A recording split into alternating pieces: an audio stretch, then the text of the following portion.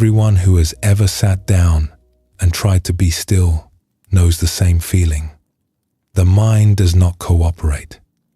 It pulls up old conversations, tomorrow's plans, a thing someone said last week that still stings. And underneath all of that noise, a question may arise. Where can this restless heart finally come to rest? Before we begin, feel free to share what time it is and where you're listening from. The Buddhist tradition has an answer to this question that is almost too simple to believe at first. It says that the mind, left alone, clears on its own. Like water that has been stirred up, it settles. Like dust in a still room, it finds its way down. And what remains, once the settling happens, is something that was always there underneath. A kind of natural clarity, a spaciousness, a place to rest. Tonight, we will sit with old stories and older teachings, and we will look carefully at something surprising. The peace we have been searching for may not be far away. It may not require years of training or the right technique or a particular kind of silence. It may be closer than the search itself has ever let us notice. There is no effort required. Let the words come as they come, and let everything that needs to settle find its own way down. Thank you for joining us here at Midnight Monk. Let us begin. The first of the Buddha's Four Noble Truths is the truth of dukkha. The word is often translated as suffering, but a more honest translation might be the deep unsatisfactoriness that hums beneath even good days. Dukkha is the restless heart. It is the ache that shows up at 3 a.m. when the house is still, the unnamed reaching for something that feels just out of grasp. The Buddha placed it first among his teachings for a reason. It is the starting place. It is the one experience that every human being shares, and recognizing it is the beginning of the path. That recognition takes many shapes. Some people call it a spiritual practice. Some call it a search for meaning, or a path, or just a private attempt to feel at home in their own skin. But whatever name it wears, the restlessness underneath is the same. It is the raw material. It is where the work begins. Every path, every meditation, every prayer, every moment of sitting still with nowhere else to go starts from the same spot. This ache, this reaching, this unnamed thing that tells us something is missing even when we cannot say what. And the surprising thing, the thing that runs through old teachings like a river through stone, is that this reaching belongs to everyone. It is not particular to any tradition or temperament or time in history.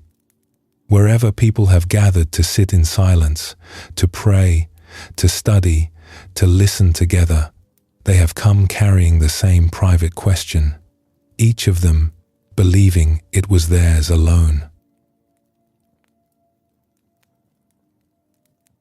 Long ago, in a mountainous country where winter came early and the roads grew dangerous with the first snows, there stood a stone rest house at a high pass between valleys. An old woman had kept the house for many years, tending the fire and the stores, welcoming whoever the road brought to her door. One evening in late autumn, 4 travelers arrived within the same hour, none of them knowing the others. They came from 4 different valleys, and between them they shared no common tongue. The first was a young man, a shepherd, who had been walking since before dawn, and when the old woman asked what he needed, he answered in the rough dialect of his valley. The second was a merchant, a woman carrying bolts of cloth on a mule, and she spoke a word from her own country. The third was a builder, a tall man with mortar dust still on his hands, and he gave a word from the lowlands. The fourth was a healer, a young woman with a satchel of dried herbs, and what she said came in the vowels of the far eastern slope. 4 words, 4 different sounds. And because none of them understood the others, each heard a foreign demand in every voice. The shepherd thought the merchant was asking for something he did not have. The builder thought the healer was insisting on something unreasonable. The healer thought the shepherd was complaining. Voices rose. The small stone room, which had been warm and close a moment before, began to feel like a place where no one belonged. The old woman listened to all of it. She did not interrupt. She did not raise her hands. When the 4 had worn themselves out with gesturing and repeating, she moved without speaking. She built up the fire until the room warmed again. She set 4 cushions near the window where the last light of the mountains still came in, fading pink and cold above the snowline. She poured 4 cups of the same tea from the same clay pot and placed one in each person's hands. One by one, they sat. The heat of the cup, the warmth of the fire, the silence of the mountains pressing against the glass. For a few minutes nobody spoke, and the room was simply a room again, shared. Then the old woman told them something. She had lived at this pass long enough to learn a little of every valley's speech. And the 4 words they had been arguing over, she said, were one word. In the shepherd's dialect it meant rest. In the merchant's tongue it meant ease. The builder had been asking for peace, and the healer had been saying comfort. 4 sounds, one thing. They had walked all day from opposite directions, through different weather, carrying different loads, and they had arrived at the same door, wanting the same thing. The healer looked at the shepherd. The builder looked at the merchant. Nobody said anything for a while, and nobody needed to. That story comes from the spirit of a teaching by the Sufi poet Rumi, who told a similar tale about travelers arguing over a single fruit, each calling it by a different name, none of them realizing they were all asking for grapes. Rumi lived in the 13th century, but the observation underneath his story is older than any century. People come from different directions. They carry different stories. They use different words.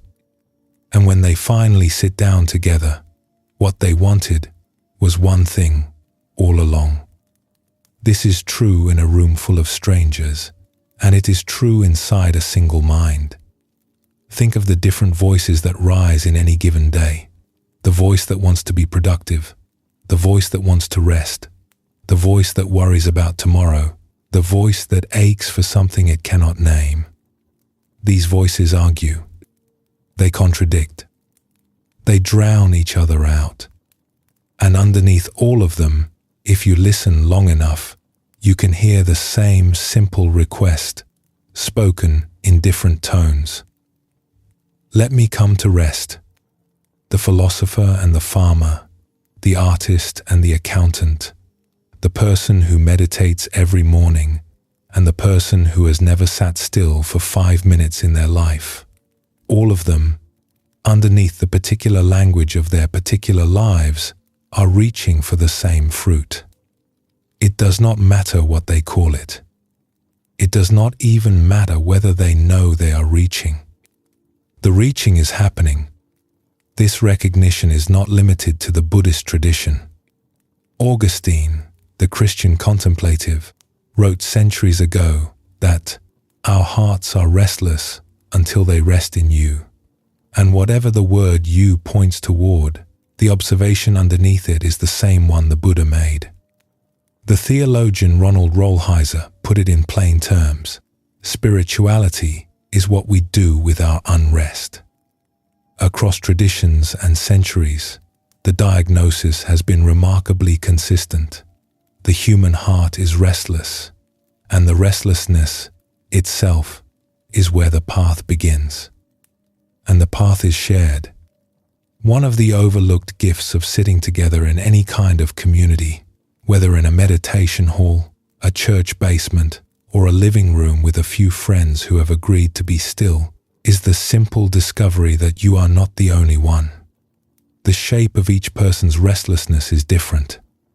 The ache is the same. And seeing others choose the same silence, week after week, without any of them needing to explain what it does for them, is a kind of confirmation that travels deeper than words. The choice of that form, that quiet, that shared commitment, is itself a form of trust. The Buddhist tradition carries a teaching tale told in many versions across centuries, and it begins on a road. An old teacher and her young companion were walking a pilgrimage through dry hills in an ancient country, the kind of landscape where water is precious and shade is scarce. They had been walking since early morning when they came upon a spring, a small basin in the rock where clear water usually pooled, cold and clean. But a herd of cattle had just been driven through. The animals' hooves had churned the bottom, and the spring ran brown and thick with silt. You could not see the bottom. You could not drink from it. The teacher asked her companion to go and fill the water jar. The young woman walked over, looked at the murky water, and came back empty-handed. "It is too clouded," she said. "There is nothing to do with it." The teacher did not send her to another spring. She only said, "We will wait," and settled into the shade of a low tree. They rested. The sun moved. Time passed. After a while, the teacher asked again. The young woman went back to the spring, and the water was still cloudy, still disturbed. She returned a second time, and now there was frustration in her voice. "It has not changed. Why do we not walk on and find another source?" The teacher looked at her for a moment and asked a simple question. "What have you done to fix your impatience?" The young woman had no answer for that. She had not done anything with her impatience. She had simply carried it, the way she carried the empty jar, back and forth between the spring and the tree. They waited longer. The sun continued its arc. The air dried. Nothing in particular happened. The third time the teacher sent her to the spring, the young woman walked over expecting the same clouded mess and stopped at the edge. The water had cleared. She could see straight through to the sand at the bottom, each grain distinct, the water so transparent it barely looked like water at all. The silt had settled. The spring had done its own work, in its own time, without anyone stirring it, filtering it, or demanding that it hurry. She filled the jar and brought it back. The teacher took a long drink and then asked, "Who cleaned the water?" "No one," the young woman said. "That is right," the teacher said. "No one. It's settled." This is one of the oldest and most persistent images in contemplative life, the comparison between a disturbed mind and disturbed water. Thich Nhat Hanh, the Vietnamese Zen teacher, used the image of unfiltered apple juice left standing in a glass. If you pour it out, it looks cloudy, murky, confused. If you leave it alone, the thicker sediment sinks to the bottom and the top turns clear. You can see through it. You can see more clearly because of it. The image holds up because it describes something real. The mind, when it is churned by worry, irritation, planning, regret, all the traffic of an ordinary day, is clouded in the same way that water is clouded by silt. And the instinct most people bring to a clouded mind is the same instinct they would bring to cloudy water. Do something about it. Stir harder. Filter faster. Try a technique. Make an effort. Push toward clarity, as if clarity were a destination you could reach by force. But that is not how water works, and it is not how the mind works either. The silt settles on its own. The sediment sinks on its own. Clarity is not something you achieve. It is something that remains when the disturbance is no longer being fed. And the only contribution you need to make is the willingness to stop stirring.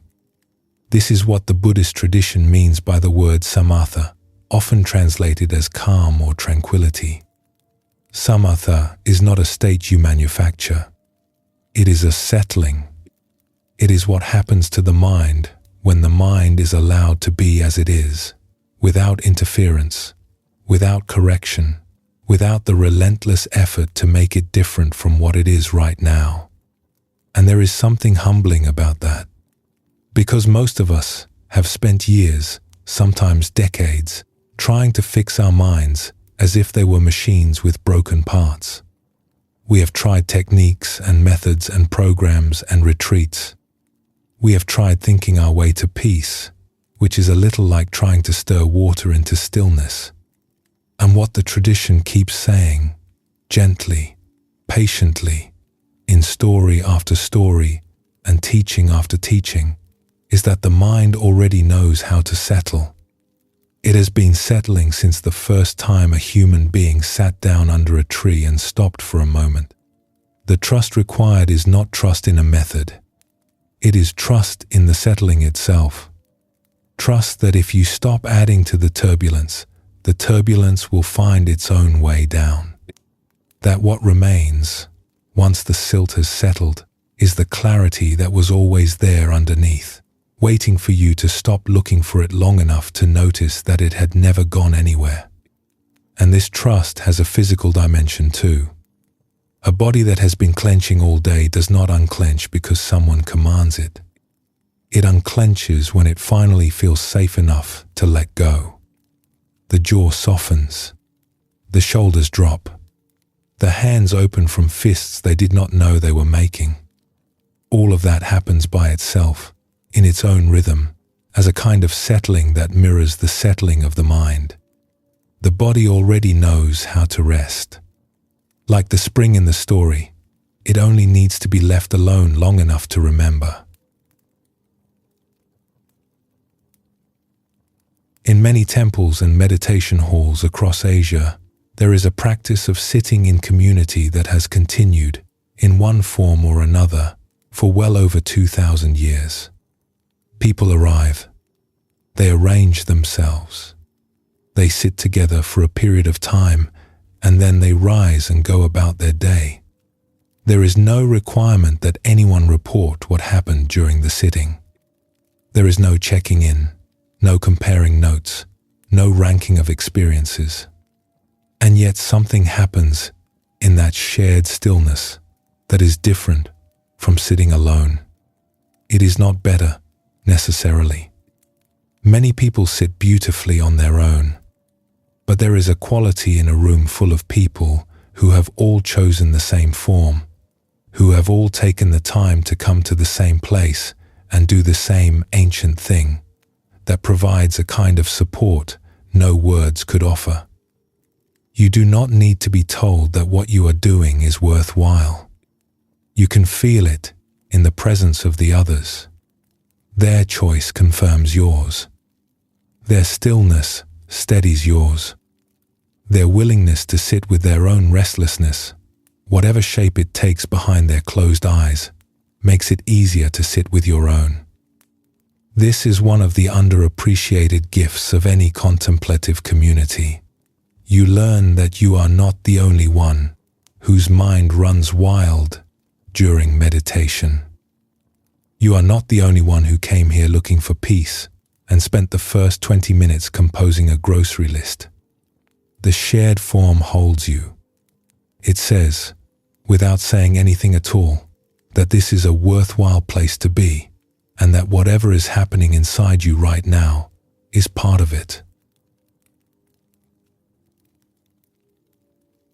So this is where the evening begins, with the recognition that restlessness is the shared starting point, that clarity settles on its own when we stop stirring, and that the search for peace has always been more universal than any of us imagined. There is a moment, somewhere in the middle of every meditation, every prayer, every stretch of honest stillness, when the noise drops half a notch and something opens. It is not dramatic. It is not a vision or a breakthrough. It is more like realizing that a sound you had been hearing all day, a hum, a vibration, a low drone, has stopped, and the silence underneath it is enormous.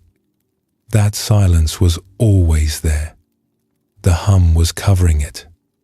Maybe something like that is present right now. Maybe the breath has slowed without anyone asking it to. Maybe a thought that was circling a few minutes ago has found its way to the bottom of the glass, and the top is a little clearer than it was. There is nothing to do with that except notice it, the way you would notice that the spring has cleared, without congratulating yourself, without grasping at it, simply recognizing what has already happened on its own. The rest of this evening is an invitation to let whatever is still humming settle at its own pace, in its own time, without any effort to make it settle faster. Take a moment here, if it feels right, and rest in whatever just opened. We will continue together whenever you are ready.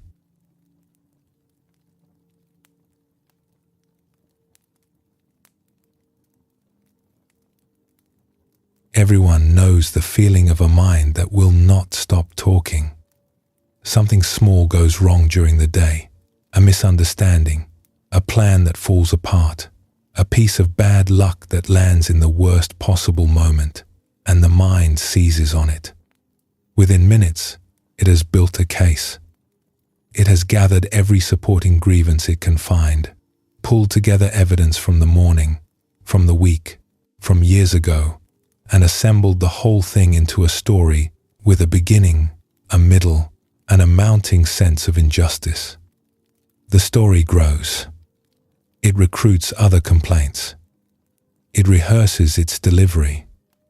And the strangest part is how automatic this process is. No one sits down and decides, I think I will spend the next hour building a resentment. It just happens. The mind finds something to scratch on, and once it starts scratching, it does not want to stop. Irritation has a momentum of its own. It feeds on its own energy. Each grievance leads to the next one. Each remembered slight adds fuel. And before long, the mind is running a kind of internal broadcast, a news cycle of everything that has gone wrong, replaying the worst angles, looking for fresh material. The Buddhist tradition has a name for this too. It calls it papanka, usually translated as mental proliferation.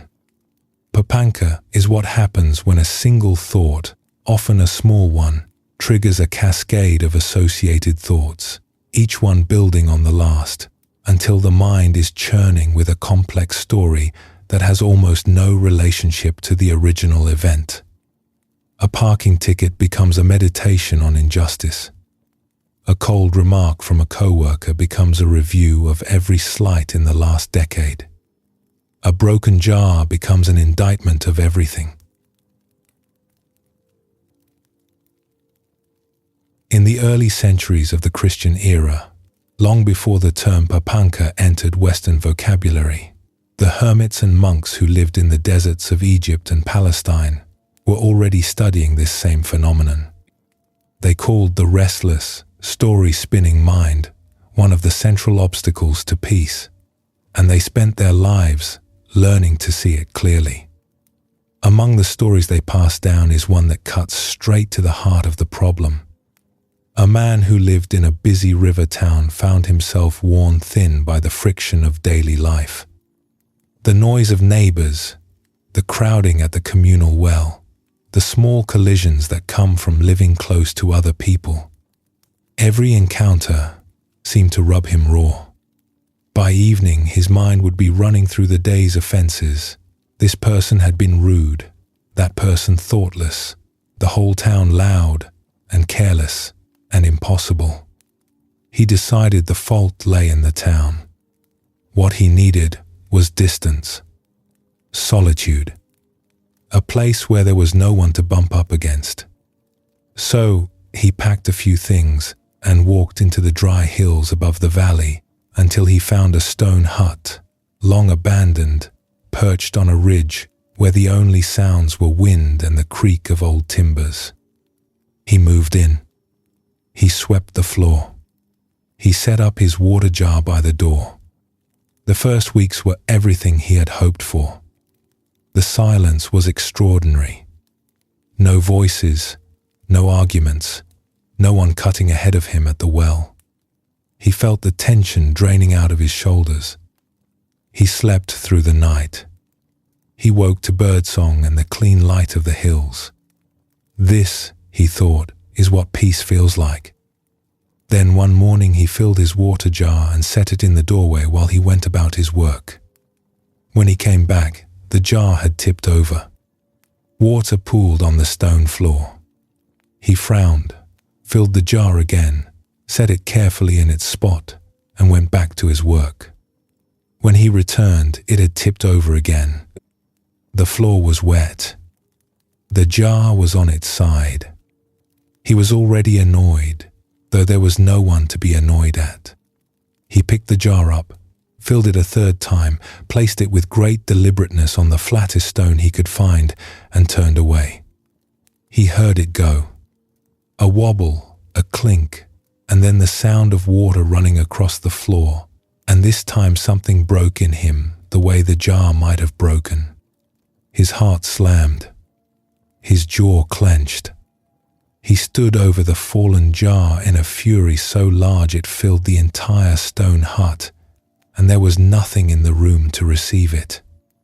No neighbor, no crowd at the well, no rude stranger, just a man, a jar, a puddle, and a rage that had no addressee.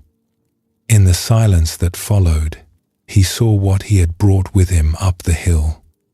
The anger had not been caused by the town. It had traveled in his pack the same way his clothes and his sandals had traveled.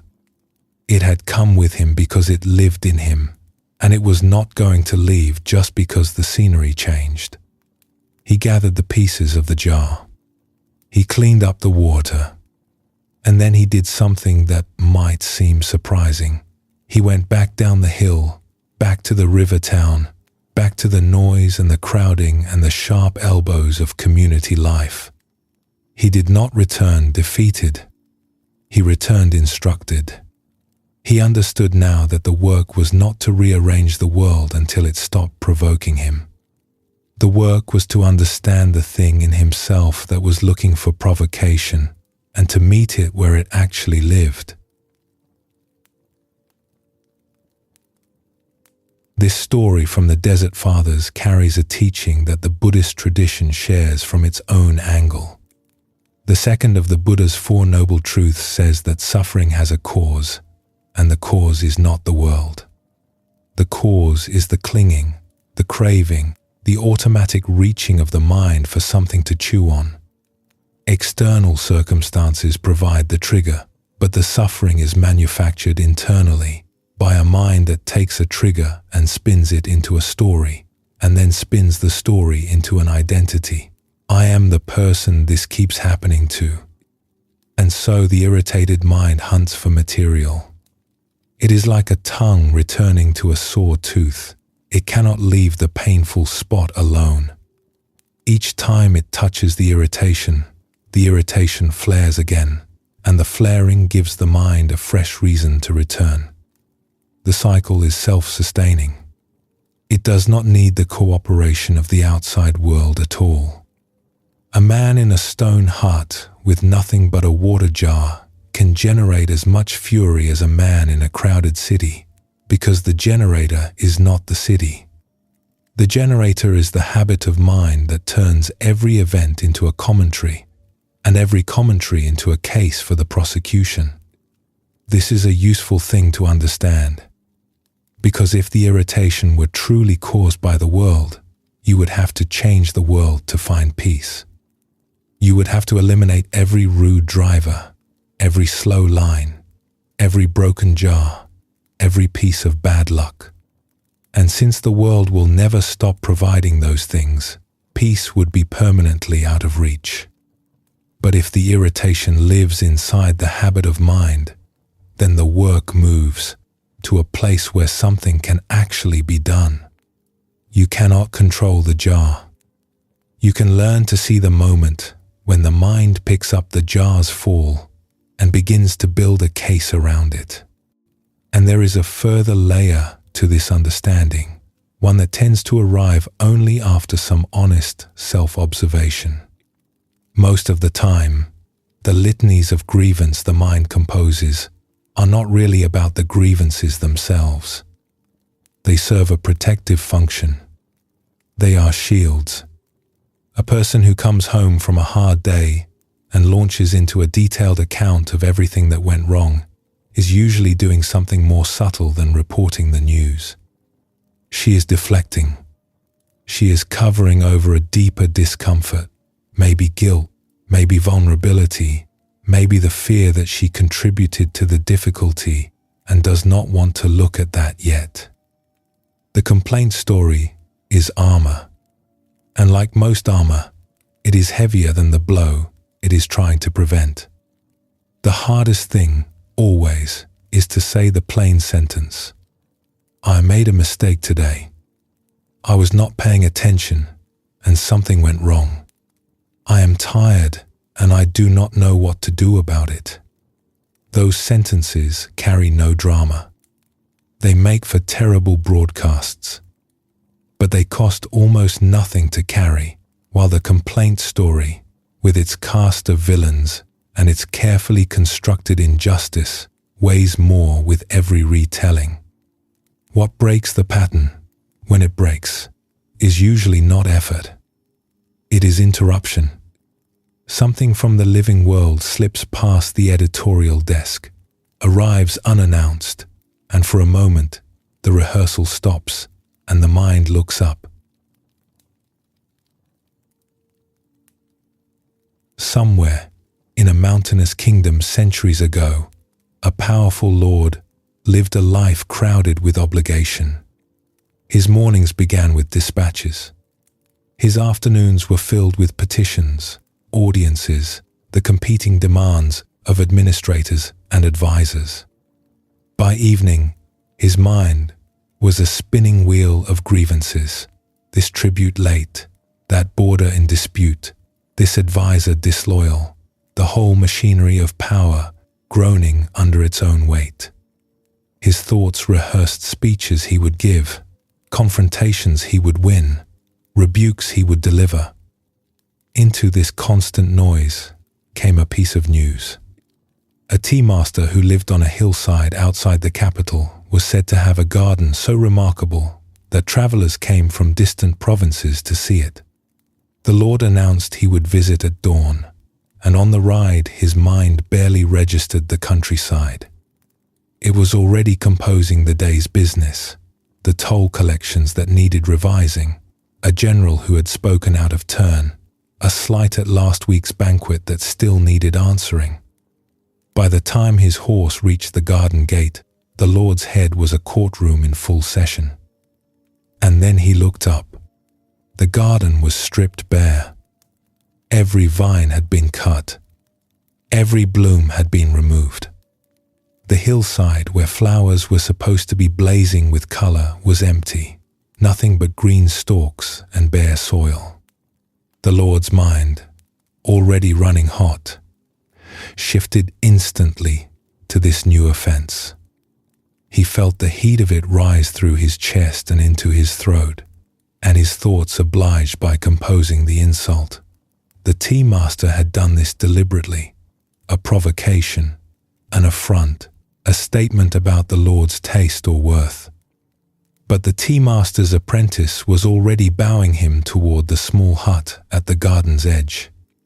The Lord had to duck through the low doorway, a humble entrance that required him to set aside, for a moment, the full height of his position. Inside, the room was nearly dark. The windows had been covered. And then his eyes adjusted, and he saw one thin line of early morning light crossing the room from a gap in the shutter, and standing in that light, in a plain bamboo vessel on the floor, was a single flower. One bloom, still holding its dew, glowing in the shaft of sun as if the whole morning had been concentrated into one small, living point. His mind stopped. The rehearsals stopped. The courtroom emptied. For a long moment there was nothing in the room except a man, a flower, a line of light, and the sound of his own breathing. Then a side panel slid open, and the tea master entered, moving without hurry, and began to prepare tea. This story is drawn from the Japanese tea tradition, where for centuries the ceremony has been understood as a practice of attention, full, undivided attention to what is actually present. One flower in a dark room, one cup of tea, one moment, freed from the 10,000 moments the mind had been chewing on. But notice what the Lord's mind had been doing on the ride. He was not simply reviewing the day. He was rehearsing confrontations he would win. He was composing rebukes he would deliver. The broadcast was not neutral reporting. It was armor. Every speech he prepared, every score he planned to settle, was a shield against the vulnerability of a man whose power had not made him feel secure. The mind runs its grievance cycle not because grievances are interesting, but because grievances feel like protection. They put you on the offensive. They make you the wronged party. They keep you too busy attacking to notice the softer feeling underneath, the uncertainty, the doubt, the quiet fear that you might be part of the problem. What the flower did was interrupt the armor. For one breath, the Lord was not defending anything. He was simply present, and presence has no use for shields. This is one of the things the Zen tradition points toward when it speaks of being present. Presence is not a technique.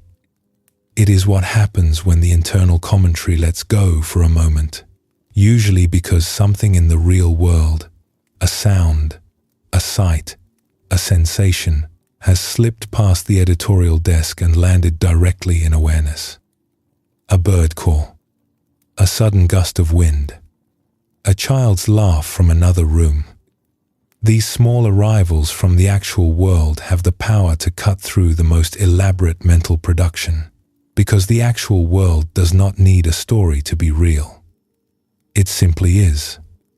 And its there-ness has a weight that the mind's stories, for all their drama, do not. The mind's internal news desk, left to its own devices, will always lead with trouble. That is what holds attention. That is what keeps the broadcast running. An evening of small annoyances makes for a better story than an evening where the light hit a flower and something inside went still. A hard day is more narratively interesting than a plain day. And so the mind, like any good editor, goes with the drama, because drama is what keeps the audience hooked. But who is the audience? That is the question the Zen tradition keeps returning to. If you are composing a story, who are you composing it for? And if the audience turns out to be you, then what you are watching is the mind performing for itself, running a show for a viewer who is also the director, the scriptwriter, and the entire production crew. Once you see that, the show loses a little of its authority.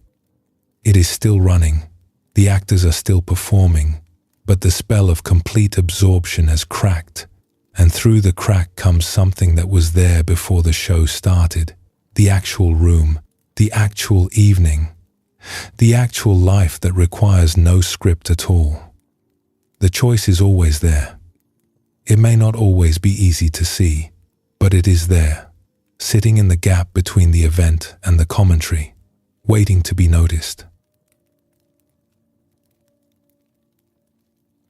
If some of this feels familiar tonight, if the sound of a mind rehearsing its complaints is a sound you recognize, there is a very simple thing that can happen without any effort at all. The next time the internal broadcast starts up, composing its opening remarks, gathering its evidence, building toward its dramatic entrance, it is possible to feel that happening. Not to stop it, not to argue with it, just to feel it, the way you would feel a gust of wind on your face. This is happening now. My mind is composing. That feeling is the beginning of a different relationship with the mind's stories. Because once you can feel the composing happening, you are no longer entirely inside the composition. There is a part of you that is watching the newsroom from the hallway, and that part does not need to file a story. It can simply notice that the editorial desk is working overtime, and let it work, and turn its attention to whatever is actually present. The weight of the blankets, the sound of the room, the breath coming and going on its own schedule. There is no effort in that. There is only noticing. And noticing, unlike the broadcast it watches, tends to get very still. Settle into that stillness for a moment. Let the broadcast do what it does, and let the noticing do what it does, and rest in whichever one is larger. Whenever the pause feels complete, we will move on together.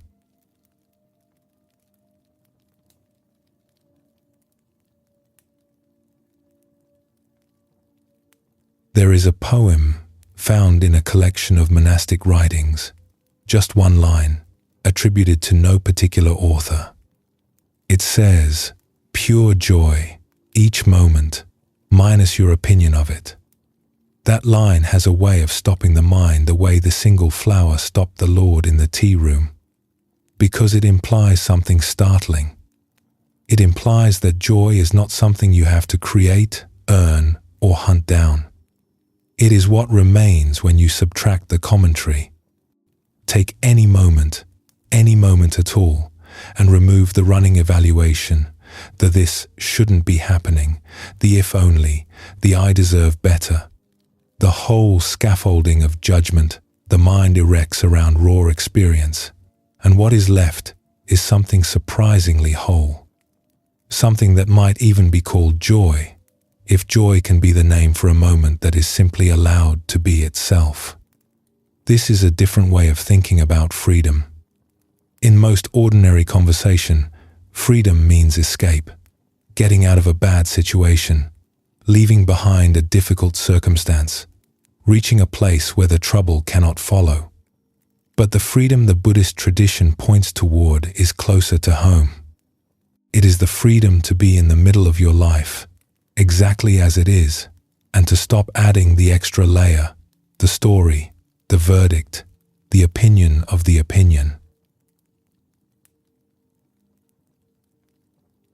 In an ancient river country, where broad waterways connected the market towns and the rhythm of trade depended on the tides, a woman spent her days ferrying goods between two settlements. She was a practical person, good at her work, trusted by the merchants who hired her boat, and she knew every current and sandbar between the two towns, as well as she knew the rooms of her own house. One day everything cost her. At a new crossing point, a toll had been set up that she had not known about. The tollkeeper was unhurried and indifferent to her schedule, and by the time she cleared the crossing, she had missed the morning buyers, the ones who paid well and did not haggle. A light rain began, steady enough to soak the cloth she was carrying, and she spent the next hour rigging a tarp over the cargo, losing time she did not have. By mid-afternoon she had sold what she could at a poor price, and the long pull home began with the light already failing. On the river, with the current against her and the banks darkening on both sides, her mind began its work. It started with the toll keeper. She replayed his slow, unbothered movements, the way he had made her wait while he finished his meal, the unreasonable fee, and her thoughts built a case. This was a man who enjoyed his small power. From there, the mind moved to the buyers. If she had arrived on time, she would have had her pick. If the cloth had not gotten wet, the price would have held. If the morning had gone differently, if the season had been kinder, if the river did not run against her on the way home, each if opened a door to the next one. The mind was composing an entrance now, assembling the opening lines of the story she would tell when she reached her door. She could feel it arranging itself, like a singer rehearsing a melody before a performance. She tried several versions. She could lead with the toll keeper. "You will not believe what they have done at the new crossing." She could lead with the rain. "The cloth is half ruined and I could not get a fair price for any of it." She could lead with exhaustion. "I have been on this water since before light and I have nothing to show for it." Each version had its own drama. Each one cast her in the same role. Someone to whom unfair things had happened.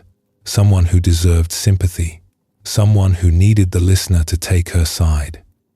And then the boat came around a bend where the reeds grew tall along the bank, and a white crane was standing in the shallows, so close that when it lifted off, the downdraft of its wings crossed her face. She felt the air move. She saw the bird rise in a long climbing arc, impossibly slow, its body a white line against the grey sky, and it cleared the bow of the boat and settled somewhere behind her, and the entire performance in her head stopped mid-sentence. Her heart had gone up with the bird.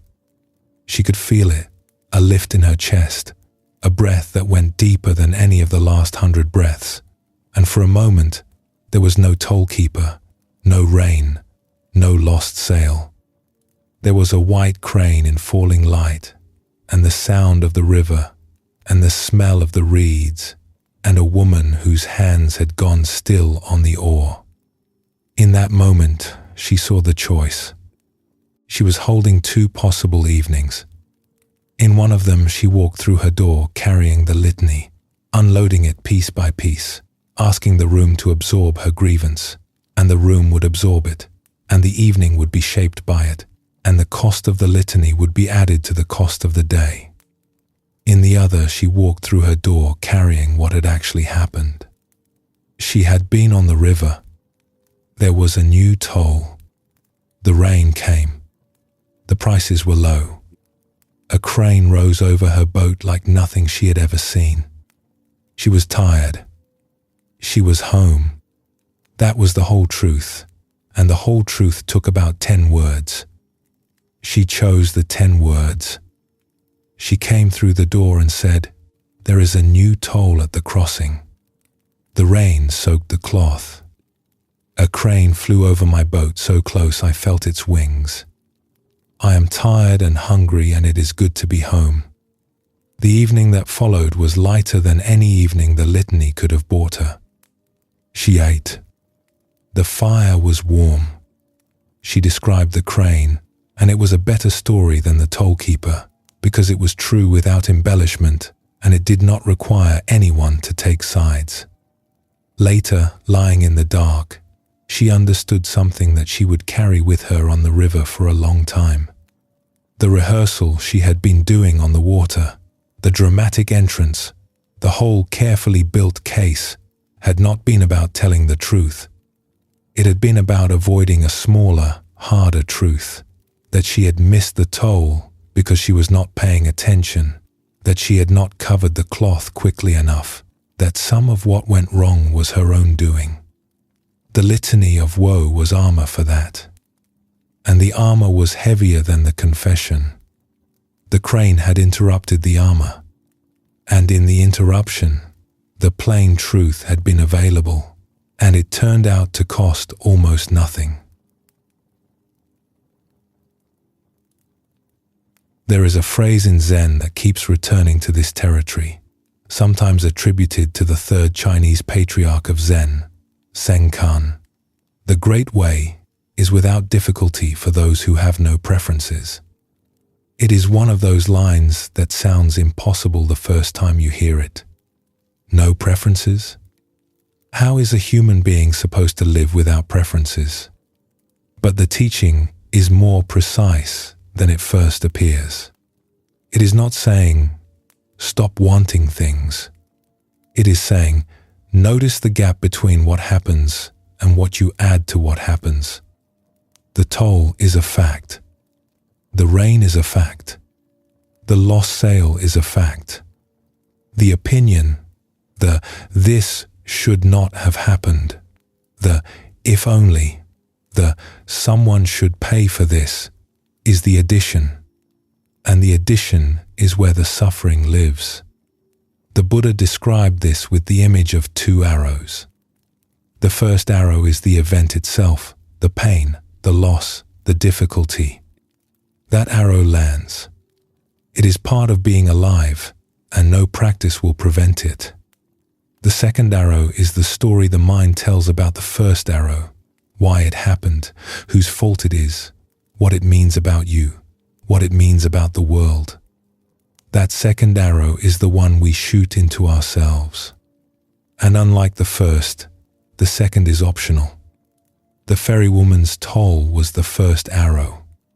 The entire rehearsed litany was the second. And when the crane rose and the litany stopped, what she discovered was that the first arrow, on its own, was bearable. It was a bad day. Bad day's end. What had been making it unbearable was the story she was building around it, the insistence that it should have been different, that someone was to blame, that the universe owed her a better afternoon. When that insistence drops, what remains is what the monastic poem called pure joy. Each moment, minus your opinion of it. Not joy in the greeting card sense. Not happiness as a feeling, but the simple, clean contact with what is actually here, freed from the weight of what should be here instead. In a trade city along an ancient spice route, there lived a merchant whose business was thriving and whose heart would not rest. He had everything that was supposed to bring contentment: a warehouse, a reputation, a family that respected him, ships that came in on time. And yet by evening he was always restless, always composing, always turning the day over in his mind to find what had gone wrong or what might go wrong tomorrow. He slept poorly. He woke with lists already running. He heard about a teacher who lived above the city in a small hut on the mountainside, a woman said to be able to heal troubled minds. He imagined she would give him a method, a discipline, a breathing technique, something he could master the way he had mastered the spice trade. He climbed the path to her hut on a clear morning, arrived slightly out of breath, and presented his problem the way he would present a business proposal, briskly, organized, with the key points arranged for maximum impact. She listened to the whole thing. Then she gave him one sentence. Say this every morning and every evening, and whenever anything at all happens to you, thank you for everything. I have no complaint whatsoever. He waited for the rest. There was no rest. That was the instruction. He objected. I cannot say that when things go badly. It would be dishonest. Say it especially then, she said.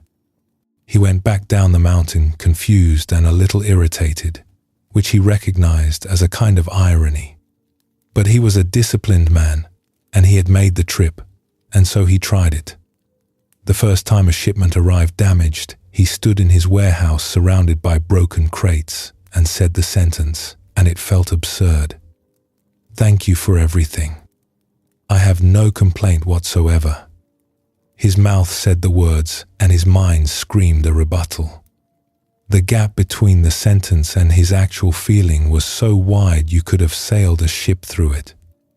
He kept going. He said it when a buyer cheated him. He said it when his youngest daughter was difficult at dinner. He said it when the rains came too early and the roads turned to mud and the caravans were late. Each time, the gap between the sentence and his feeling was enormous, and each time, the sentence sat there like a stone in the stream, unmoved by the rushing water around it. Months passed. The gap did not close, but it changed shape. He began to notice something about his complaints. They were repetitive. The same handful of grievances, recycled in different costumes, showing up week after week as if they were new. The toll keeper showed up as the dishonest buyer. The rain showed up as the difficult daughter. The specifics changed. The shape of the complaint was always the same. This should not be happening to me. And one evening, after an unremarkable day, no disasters, no triumphs, just a day, he said the sentence while washing his hands before dinner, and for one breath it was simply true. Thank you for everything. I have no complaint whatsoever. One breath. Then the mind started up again, but the breath had happened, and he recognized it the way you recognize a scent from childhood. Something known, something native, something that had been there before the complaints arrived. A year after his first visit, he climbed back up the mountain. He came in and sat down and told the teacher that the sentence had not worked. His heart was still restless. He still complained. He was still awake at night with his lists. She nodded. "And yet you climbed the mountain again," she said. "Because I want it to work. Listen to what you just said." He heard himself. "I have no complaint, and I am complaining about my complaint." The words folded over on themselves, and in the folding, something released. He had been arguing with his own restlessness for a year, using her sentence as a weapon against the very mind that was saying it. And the teacher had known he would do this, and she had given him the sentence anyway, and waited. "The sentence is not a weapon," she said. "It is a mirror. You have been looking in it for a year, and now you can see what is standing in front of it."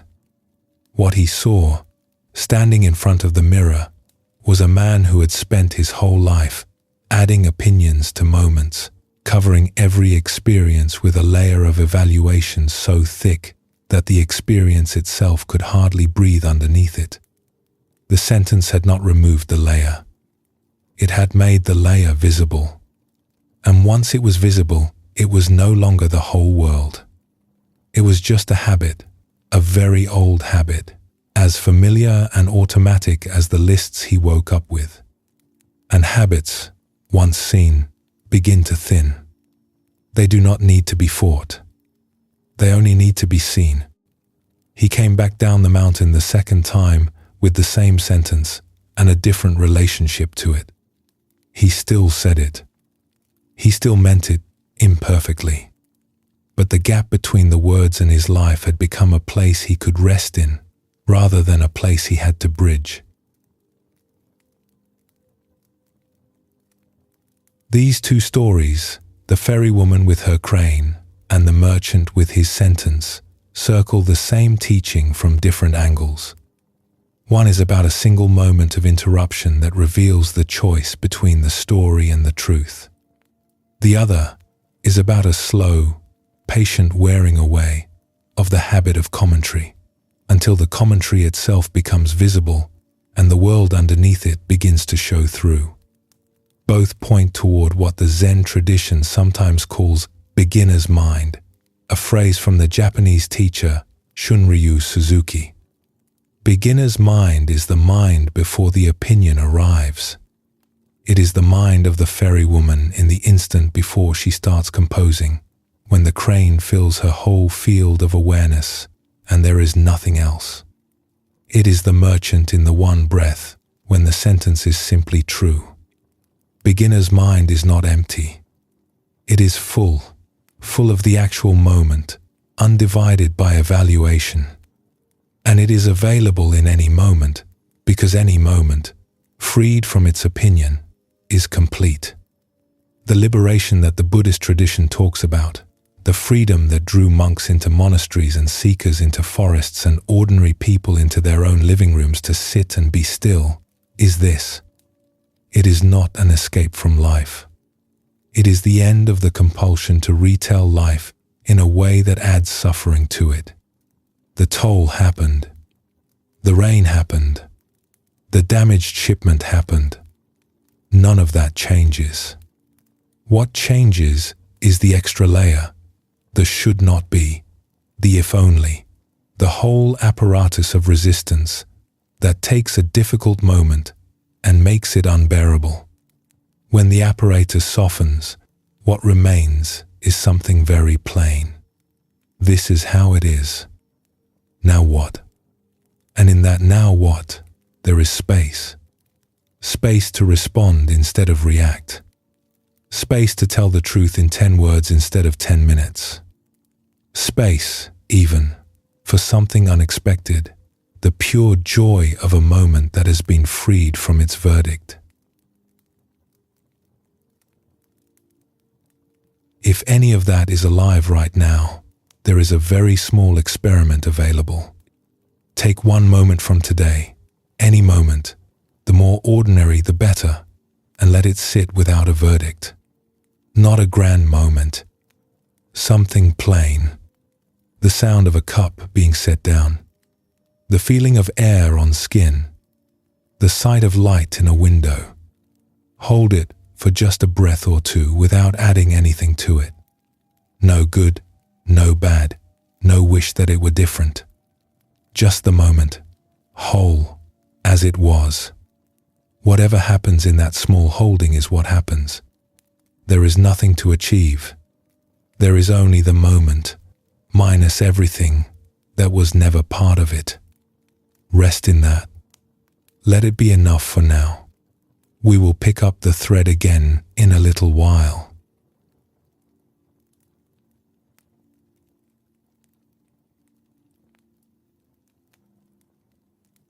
Something shifts when attention becomes very simple.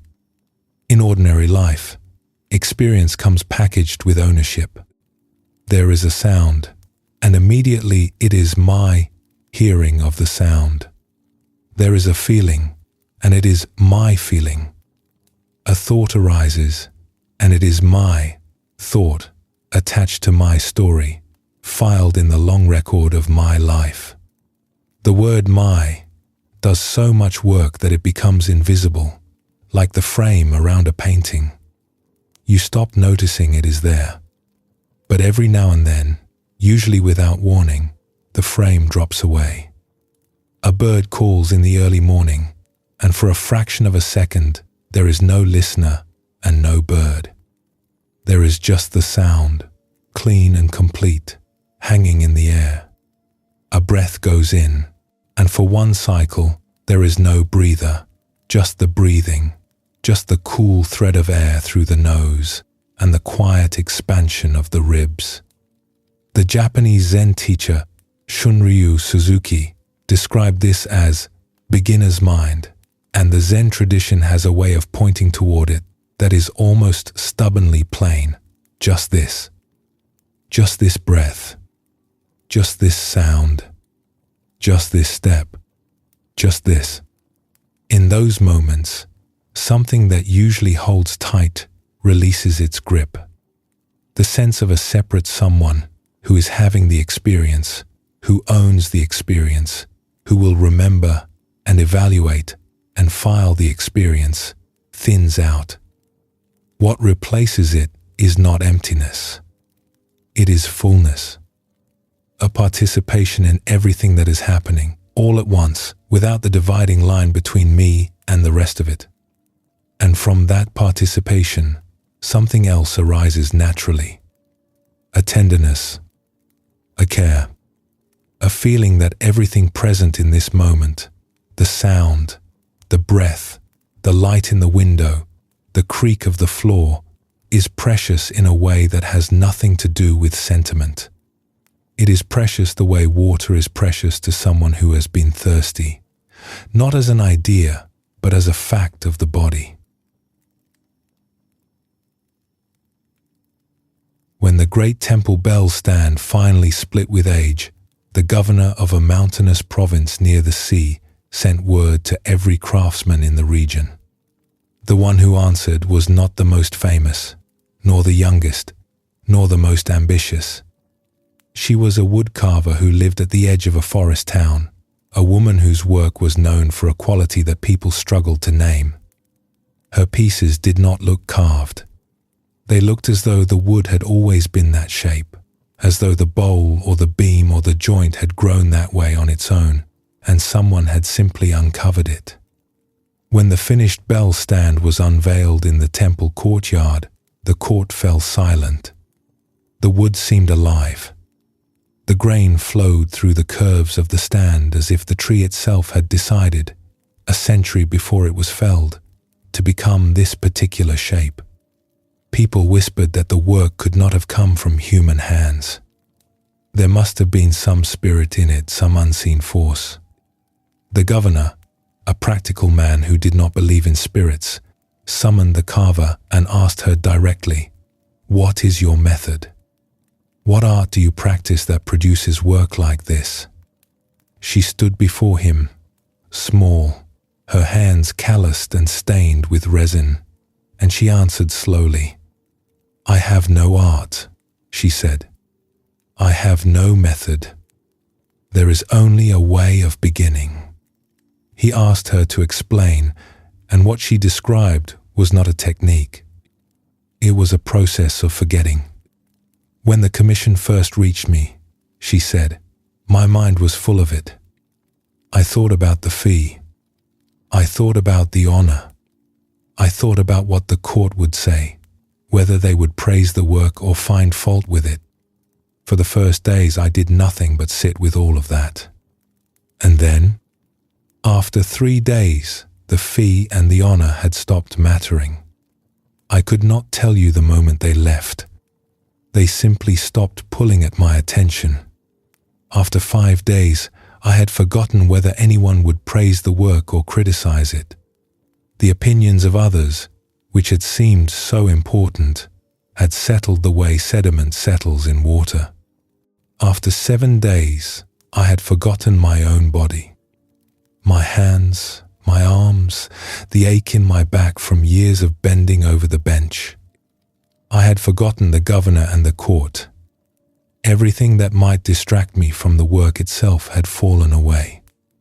I was gathered in the single thought of the bell stand. The governor waited. "Then I went into the forest," she said. "I walked among the trees.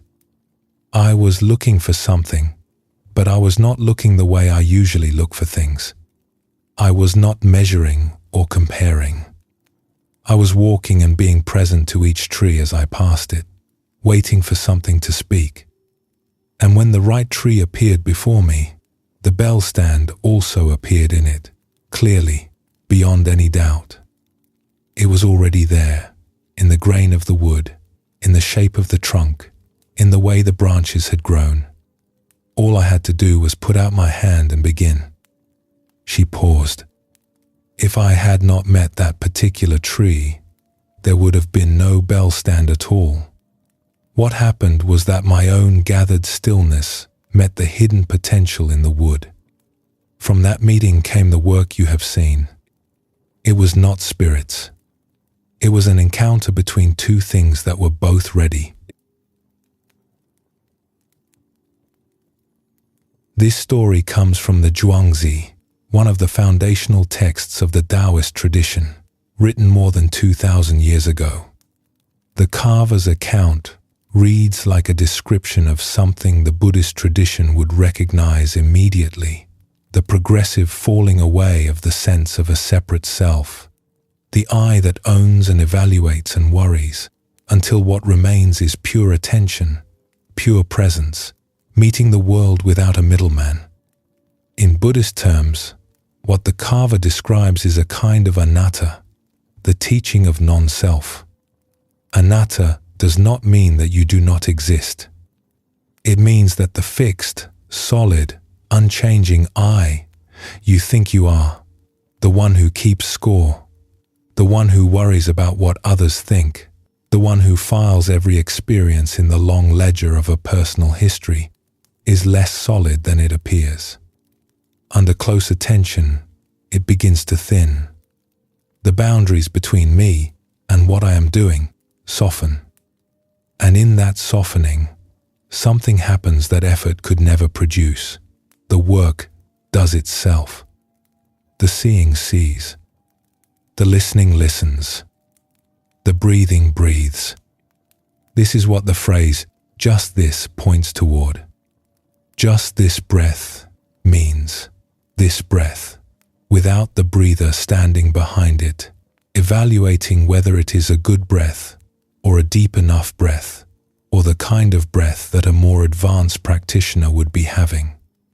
Just this sound means the sound filling awareness from edge to edge, with no one standing in the center saying, I hear it. The experience is total. The ownership is gone.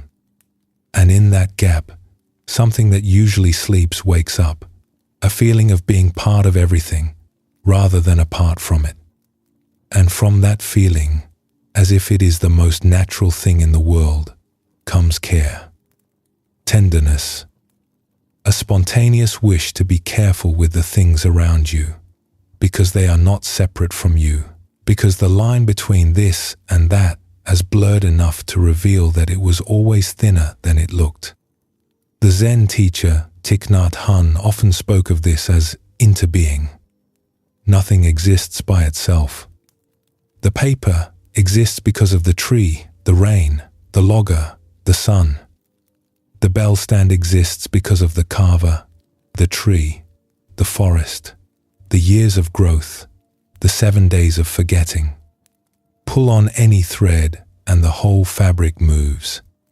And once you see that, once you feel it in the body rather than understanding it in the head, you become more careful. You walk more slowly through the forest. You set the cup down more gently. You listen to the person in front of you with something closer to full attention, because the person in front of you is not separate from you in the way you once assumed. This kind of care does not come from a commandment. No one has to tell you to be careful with a world you feel yourself belonging to. The care arises on its own, the same way the bell stand appeared in the tree, because two things that were ready have met.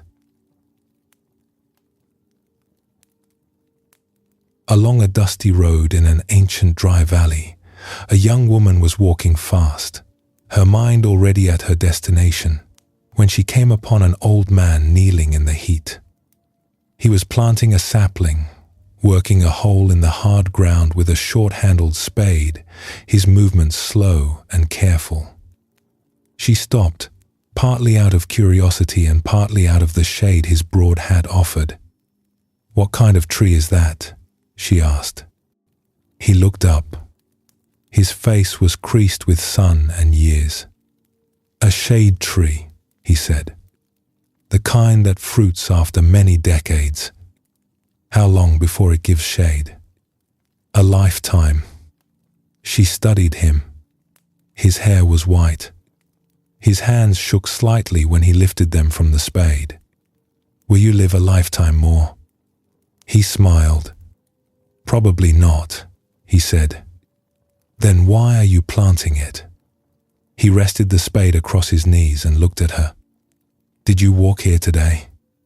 "Yes." "Did you rest along the way?" She thought back. There had been a stretch of road about an hour back where 3 old trees leaned together and made a pool of shade. She had stopped there, set down her bundle, drunk water from her skin, and sat for a few minutes with her back against a trunk. It had been, now that she thought of it, the best part of the walk. "I rested under some trees about an hour back," she said. "Who planted those trees?" She had no idea. She had not thought about it at all. The trees were just there, as if they had always been there, as if shade was something the world simply provided, like air or dirt. "I do not know," she said. "No one does," the old man said. "Those trees were planted by hands no one remembers, for people they would never meet. As those hands planted for you, I plant for hands I will never hold." He went back to his work, pressing the soil carefully around the sapling's thin stem, and she stood watching for a while. Then she picked up her bundle and continued on. But the road was different now. She began to notice things she had not noticed before. A well at the crossroads, lined with cut stone, its bucket hanging on a rope that someone had replaced recently. A low wall along a dangerous drop, built so long ago that lichen covered every surface. An irrigation channel running through a field below the road, the water moving in orderly rows between the crops. A grafted orchard, 2 kinds of fruit growing on one trunk, someone's patient work from a generation ago. A whole landscape of care she had been walking through all her life without seeing it. Every well, every wall, every cleared path, every fruit tree had been left by someone who would not benefit from it. And she had received all of it every day, as casually as she received sunlight, without a thought for the hands that had made it possible. Years later, when she was older and walked more slowly, a traveler rested in the shade of a tree she did not remember being small. He set down his bundle, drank from his water skin, and leaned back against the trunk with his eyes closed. He did not know who had planted it. He did not think about it. The shade was simply there, doing what shade does, holding within it every hand that had touched the soil, every season of rain and sun, every act of faith planted by people who understood that the gift and the giver do not need to meet. What the old man was living, and what the young woman began to see, is something the Buddhist tradition calls the awareness of interdependence. Everything that exists depends on everything else. The shade depends on the tree. The tree depends on the planter. The planter depends on the shade he received as a child from trees he did not plant. The circle has no beginning and no end, and every point on the circle is both receiving and giving, whether it knows it or not. When this awareness becomes more than an idea, when it drops from the head into the body and becomes something felt, the natural response is care. You find yourself wanting to leave things a little better than you found them. You find yourself planting in soil you will not harvest from, not because someone told you to, but because you can feel the circle, and you can feel your place in it, and the feeling itself is a kind of joy. The Buddhist teacher and poet Thich Nhat Hanh used to say that when you drink a glass of water, you are drinking the cloud, the river, the rain, the mountain. Nothing in the glass arrived there on its own, and nothing you do arrives at only one destination. The words you speak travel further than your voice. The care you offer outlasts your hands. The shade you plant covers people you will never see. This is why attention matters. This is what the carver knew when she walked into the forest and waited for the tree to speak. Her attention was not a skill. It was a form of love, turned outward, cleared of all the clutter that usually stands between a person and the world. And what met her, in the silence of that meeting, was the world meeting her back, ready, waiting, full of potential that only needed someone present enough to recognize it.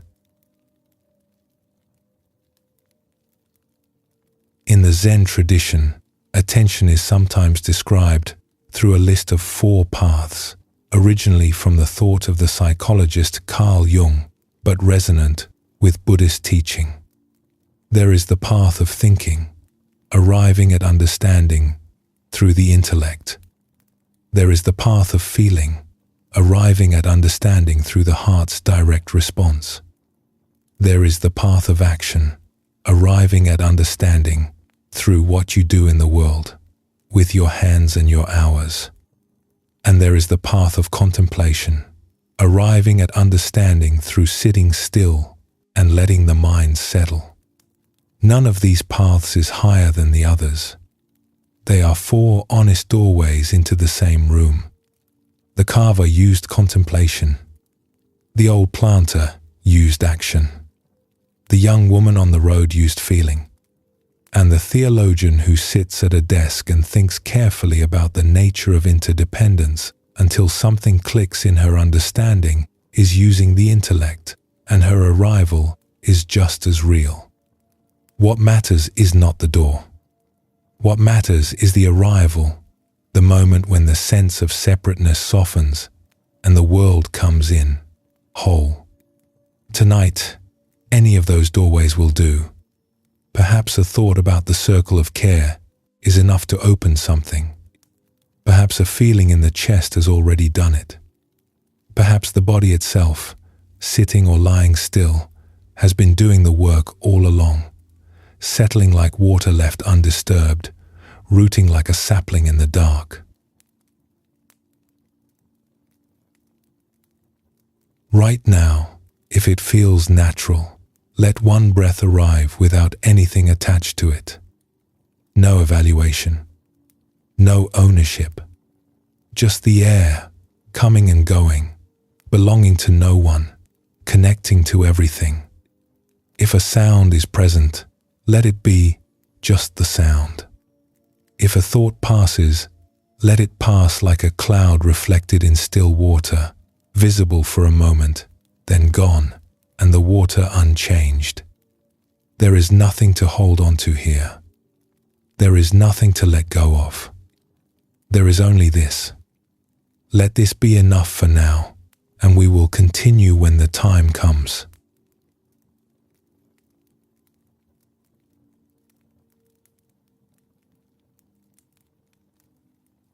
There is a danger that lives inside insight, and it is a subtle one.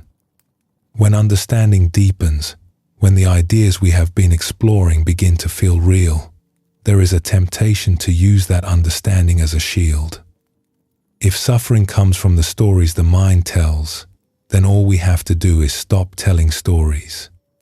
If the sense of a separate self is what causes pain, then all we have to do is see through the self.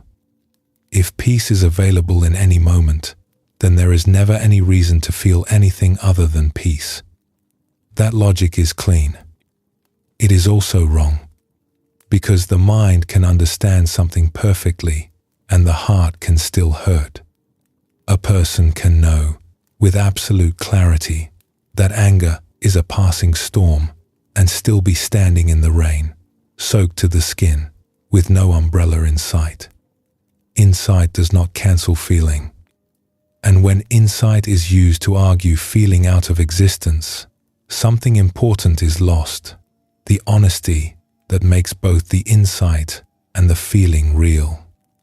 The Buddhist tradition, at its best, has always been careful about this. The teaching of non-self does not say that pain is an illusion. It says that the ownership of pain, the I who builds an identity around the pain, is less solid than it appears. But the pain itself, the grief, the anger, the frustration, the sorrow, those are present. They are undeniably, fully, honestly present, and they deserve to be met with the same quality of attention that any moment deserves, openly, without resistance, without the overlay of a theory about how they should not be there. In a mountain monastery surrounded by old pines, a brilliant young student returned from years of advanced study. She had been the most gifted scholar in a famous hall of philosophy, known for her ability to recite commentaries, synthesize arguments, and explain the most difficult teachings in language that made them seem inevitable. She had studied the nature of emptiness until she could describe it from every angle. She had memorized the words of the masters. She felt ready. She requested an audience with a plain-spoken old teacher who lived in a small room at the far end of the monastery grounds, a woman who had spent decades sitting, teaching little, writing less, and who was said to be able to see through anything false in a single conversation. They sat across from each other with tea between them. The young scholar, confident and articulate, began to speak. She laid out her understanding the way a jeweler lays out gems on a cloth, carefully, precisely, with evident pride.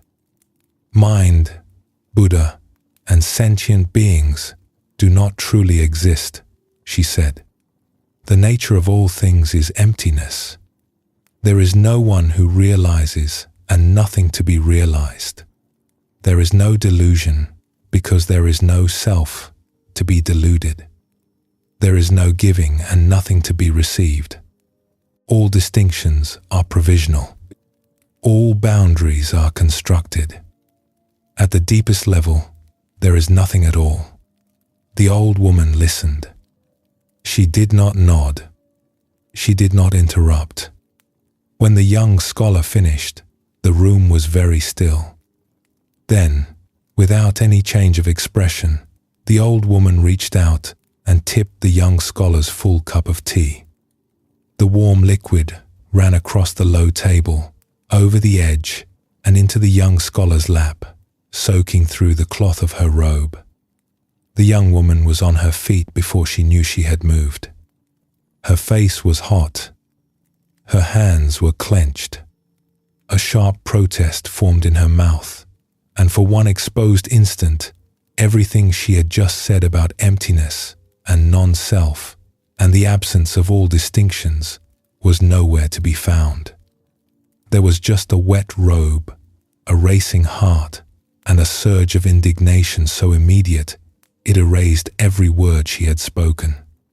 Into that heat, the old woman asked one question. Her voice was even, curious, almost kind. If nothing exists, where did this heat come from?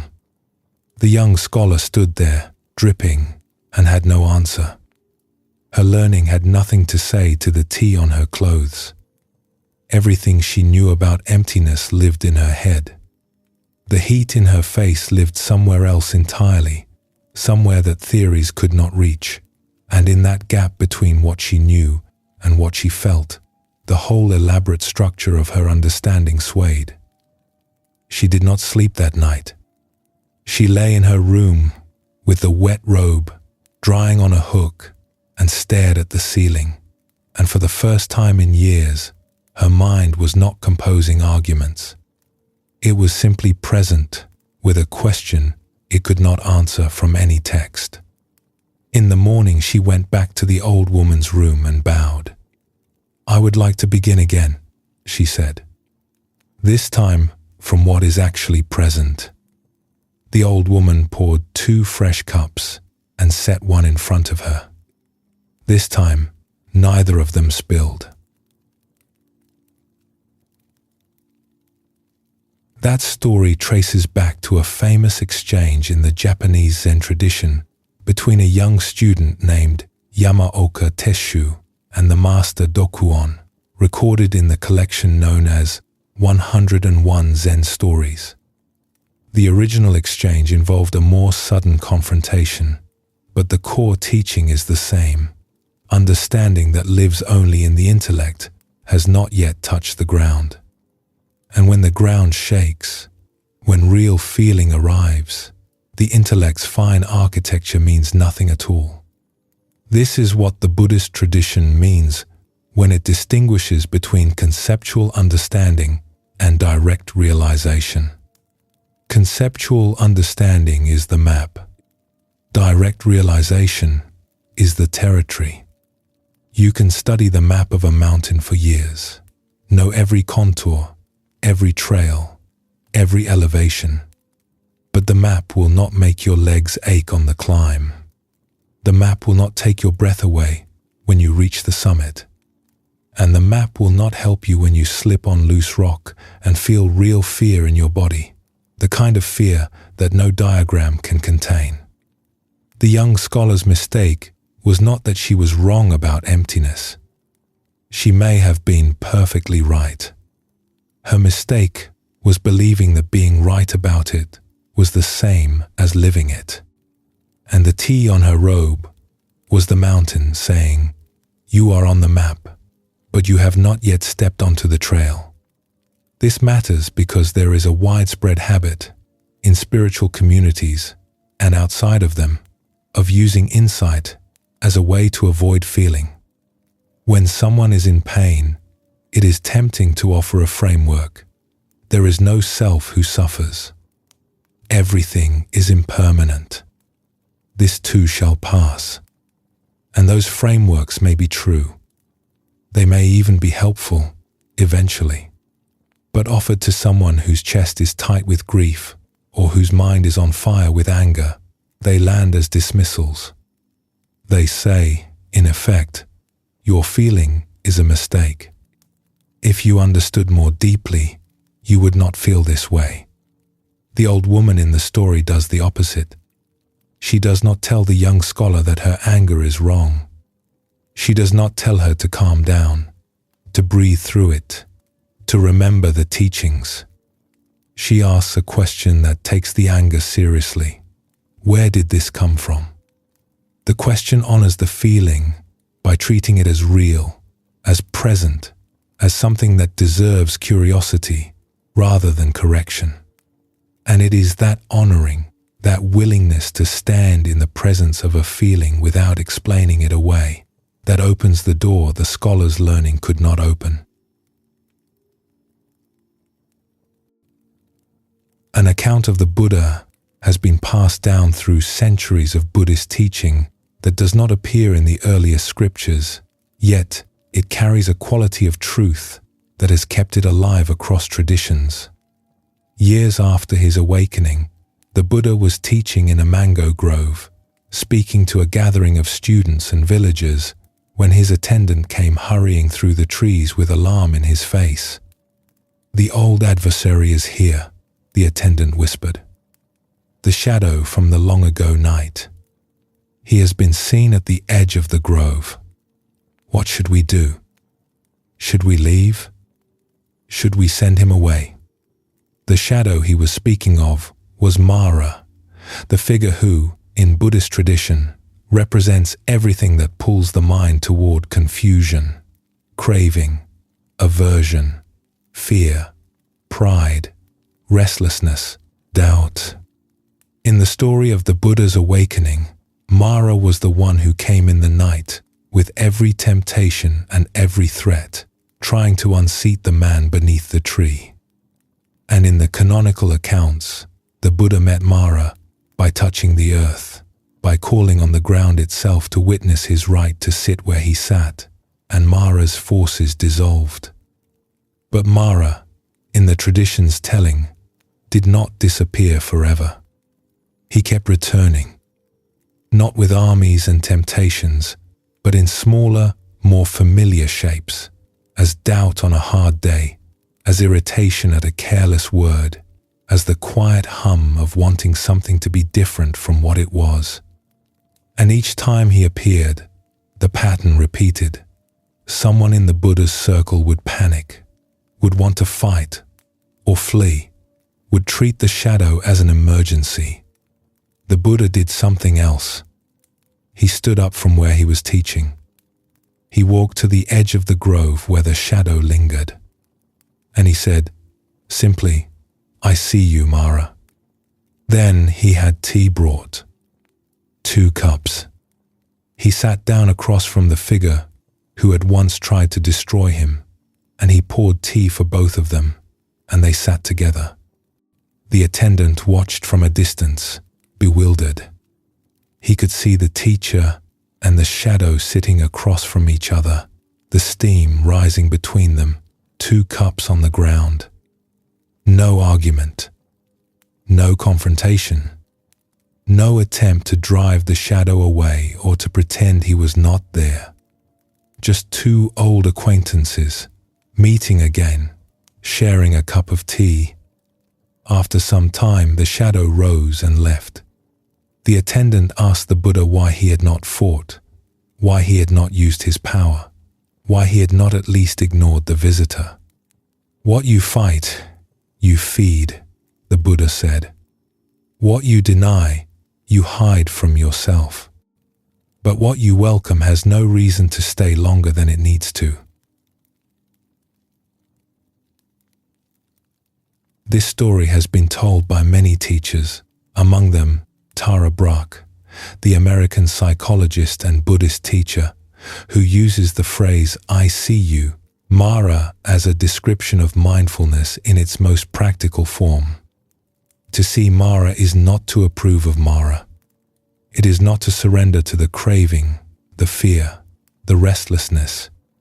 It is simply to acknowledge what is present, to look at it directly, and to say, "I know what you are, and I am not going to pretend you are not here." That acknowledgement changes the relationship between the mind and its own difficult visitors. Because most of the time, when a painful feeling arrives, the first response is resistance. The mind says no. It fights the feeling, argues with it, tries to think its way around it, or pushes it underground where it can operate unseen. And the resistance, every time, makes the feeling stronger. A fear that is fought becomes a fear of fear. An anger that is denied becomes a simmering resentment. A sorrow that is suppressed surfaces later, in some other shape, looking for the attention it did not receive. But when the feeling is met, when the door is opened and the difficult guest is invited to sit down, something unexpected happens. The feeling, received rather than resisted, begins to settle. It does not disappear instantly.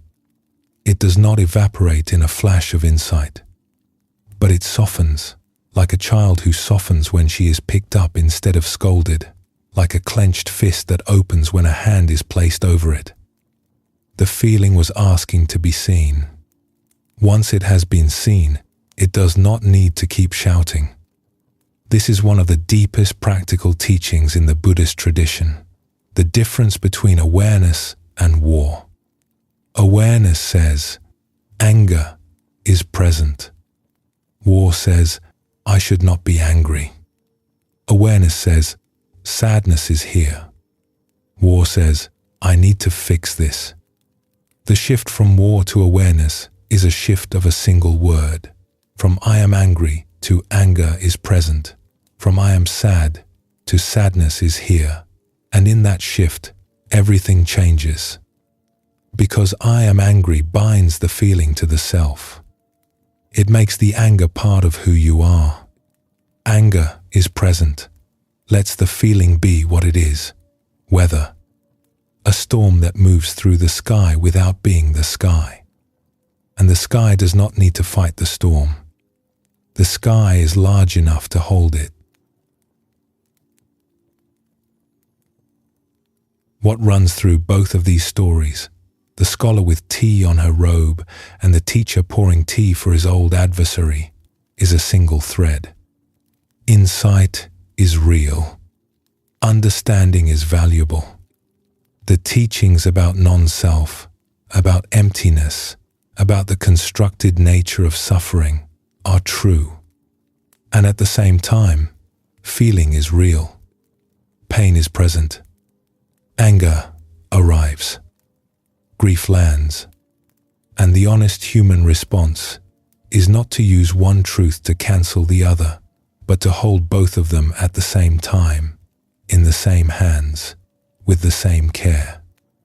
This is what compassion looks like from the inside. It is not a warm feeling about other people, though it may include that.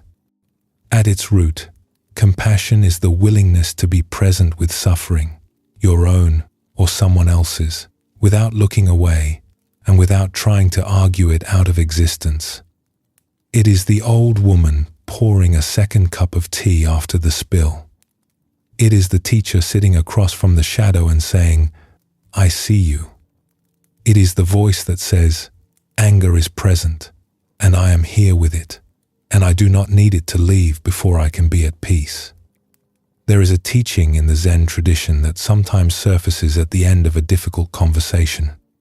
A student will describe a period of struggle, a time when the practice seemed to make no difference, when the mind churned and the heart hurt, and all the teachings sounded hollow. And the teacher will listen and nod and say something like, "And what did you do when the practice did not work?" The answer that the tradition hopes for, the answer that takes a lifetime to learn, is, "I stayed." That staying, that refusal to leave the room when the room gets uncomfortable, is the practice at its most honest. It is the place where insight and feeling meet without cancelling each other out. And it is the place where compassion is born, because compassion always begins at home. It begins with the willingness to sit with your own pain, your own anger, your own confusion, without demanding that they transform into something more presentable before you will agree to keep them company. If something uncomfortable has been present tonight, a thought, a feeling, a memory that surfaced without being invited, it might be enough to simply notice it. Not to solve it, not to understand it, not to file it in a category or apply a teaching to it. Just to notice it, the way you would notice rain beginning to fall. This is here now. And if what is present is something softer, something close to rest, that too can be noticed with the same openness. No feeling needs to be anything other than what it is. No moment needs to earn its place. Let whatever is present be present. Let it sit across from you, 2 cups between you, and see what happens when nothing needs to change. Stay with that for as long as it holds, and we will find each other again on the other side.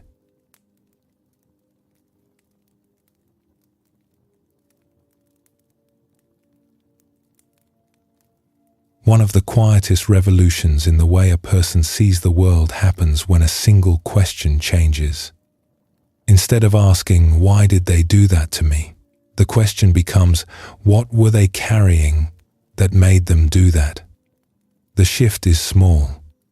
It looks, from the outside, like nothing at all. But from the inside, it rearranges everything. Because the first question points inward, toward the self and its injuries.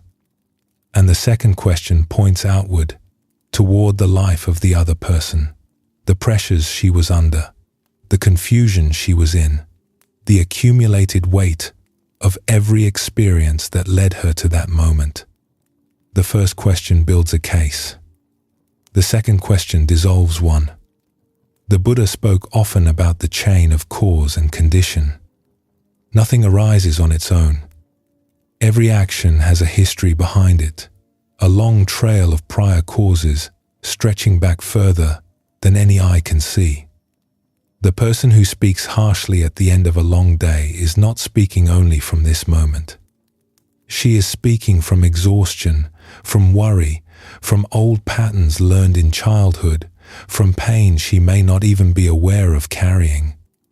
The person who acts selfishly is acting from fear, from scarcity, from a lifetime of learning that there will not be enough. None of this excuses the action. Understanding why someone does what they do does not make the action right, but it changes the relationship between the action and the response. It opens a space between what happened and what you do about it, and in that space, something other than resentment becomes possible. For many years, a master weaver had trained apprentices in a house of wide reputation.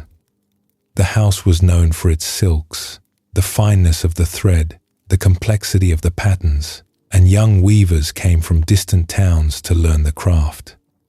They lived together, worked side by side at long benches, ate from the same pot in the evening, and slept in the rooms above the looms. Among the apprentices was a young woman who had arrived with obvious skill but a troubled manner. She worked well enough, her hands quick and sure, but things began to disappear from the other benches. A skein of fine dyed thread missing from one station. A polished shuttle gone from another. Small things, but in a house where materials were expensive and the work depended on trust, the losses were felt. The old master was told. She made no move. The young woman was not confronted. It happened a second time. A packet of gold-colored thread, prepared for a commission, vanished from a senior apprentice's bench. Eyes turned to the young woman. The master was told again, and again she said nothing, and the work went on. The other apprentices had been patient, but patience has a limit, and the limit had been reached. They gathered one evening and composed a letter, respectful in tone but firm in its content. They presented it to the master the next morning. The letter said that unless the young woman was removed from the house, every other apprentice would leave. They could not work in a place where their tools and materials were not safe. They had all worked hard to be here, and they should not have to lock away their things. The old master read the letter and then asked everyone to gather among the looms. They came, the senior apprentices, the juniors, the young woman herself, who stood at the edge of the group with her eyes on the floor. The master spoke slowly. "You are all skilled," she said, addressing the group. "You know the difference between careful work and careless work, between honest conduct and dishonest conduct. Any house in the province would be glad to have you. If you need to go to another house, you may go with my blessing and my respect." She paused, and her eyes moved to the young woman. "But this one," she said, "does not yet know what you know. She does not yet know it in her hands, and she does not yet know it in her heart. And if I do not teach her, who will? I will keep her here though every other bench stands empty." Nobody moved. The silence in the room was the silence of something shifting, some heavy piece of understanding being rearranged in many minds at once. The young woman's head was still bowed, but her shoulders were shaking. After a long moment, she spoke without looking up. "I did not think anyone would stay for me," she said. "You were wrong about that," the master said. "And you were wrong about the thread. But being wrong is not the same as being lost. It is only the same as being someone who has not yet found the way." The taking stopped that day, not because the young woman was afraid of punishment, and not because she was shamed into compliance. It stopped because someone had looked at her clearly, had seen exactly what she lacked, and had chosen to stay anyway. That choice was the teaching. Everything that followed, the years of apprenticeship, the slow building of trust, the day much later when the young woman herself began to train newcomers, all of it grew from that single moment when someone refused to send her away. This story is rooted in a teaching from the Japanese Zen master Bankei, who lived in the 17th century and was known for his emphasis on what he called the unborn mind, the original, undamaged awareness that every person carries. Bankei's version involved a student caught stealing in a monastery, and the other monks petitioning for his dismissal, and Bankei refusing with words very close to the ones the master speaks in the weaving house. "You know right from wrong." He does not. Who will teach him if I do not? What Bankei was pointing toward is a specific kind of seeing. When someone behaves badly, the usual response is to see the behavior and judge the person. The behavior is wrong, therefore the person is wrong, and the conclusion follows as naturally as water runs downhill. Remove the person. Bankei reversed this. He saw the behavior as information about what the person still needed to learn, and he saw the person as someone who was not yet able to do otherwise. The behavior was wrong. The person was unfinished. And the appropriate response to an unfinished person is not exile. It is patience. This does not mean that wrongdoing has no consequences. It does not mean that the stolen thread does not matter, or that the other apprentice's frustration was unfounded. It means that the response to wrongdoing can come from understanding rather than from anger, and that understanding does not require you to approve of what happened. You can see clearly that someone has caused harm, and you can see, just as clearly, that they caused harm because they did not yet have the capacity to do otherwise. Those two things are not contradictory. They are two sides of the same clear seeing. And the remarkable thing about this kind of seeing is what it does to the seer. When you look at someone who has hurt you and genuinely understand that they were acting from the limits of their current capacity, something releases. The resentment, which was built on the assumption that they chose to hurt you, that they could have done otherwise and decided not to, loses its foundation. The anger does not necessarily vanish, but it changes character. It becomes something closer to sorrow or to a rueful understanding that people, all people, are works in progress, fumbling through situations they have not yet learned to handle. And then the understanding turns inward, and that is where it cuts deepest. Because the same clear seeing that softens your view of the person who hurt you also softens your view of yourself. Every regret you carry, every memory that makes you wince, every moment from your own past that you would undo if you could, those too were the actions of someone who could not yet do otherwise. You were unfinished. You are still unfinished. And the mercy you extend to the person at the far end of the room can be the same mercy you extend to the person in the mirror. Along a ridgeline in farming country, where the wind came strong from the valley and the fields dropped away on both sides, a miller stood holding a sack of thistle seed. His hands were uncertain. The sack was heavy, and the errand he was on felt both absurd and necessary, though he could not have said, in that moment, which one it was more. He had climbed the hill to the village elder that morning, a woman who lived above the mill road and who was known for her plain speech. He had come because something was eating at him, a dull, persistent ache that had started small and grown. Weeks earlier, at the communal well, he had told a story about a neighbor. The story was half true, which is to say, it was built around a real event, but decorated with speculation and delivered with the kind of relish that makes a listener lean in. The miller had a quick tongue and a good sense of timing, and the story had traveled from the well to the market, from the market to a village down the road, gaining details at each retelling the way a snowball gains weight rolling downhill. By the time it reached the neighbor's family, it was unrecognizable. And when the neighbor's wife was greeted coldly by a stranger at the market, when the neighbor's daughter was asked pointed questions by a schoolmate, the miller felt the weight of what he had done land in his chest, like a stone. He had not thrown a punch. He had not stolen anything.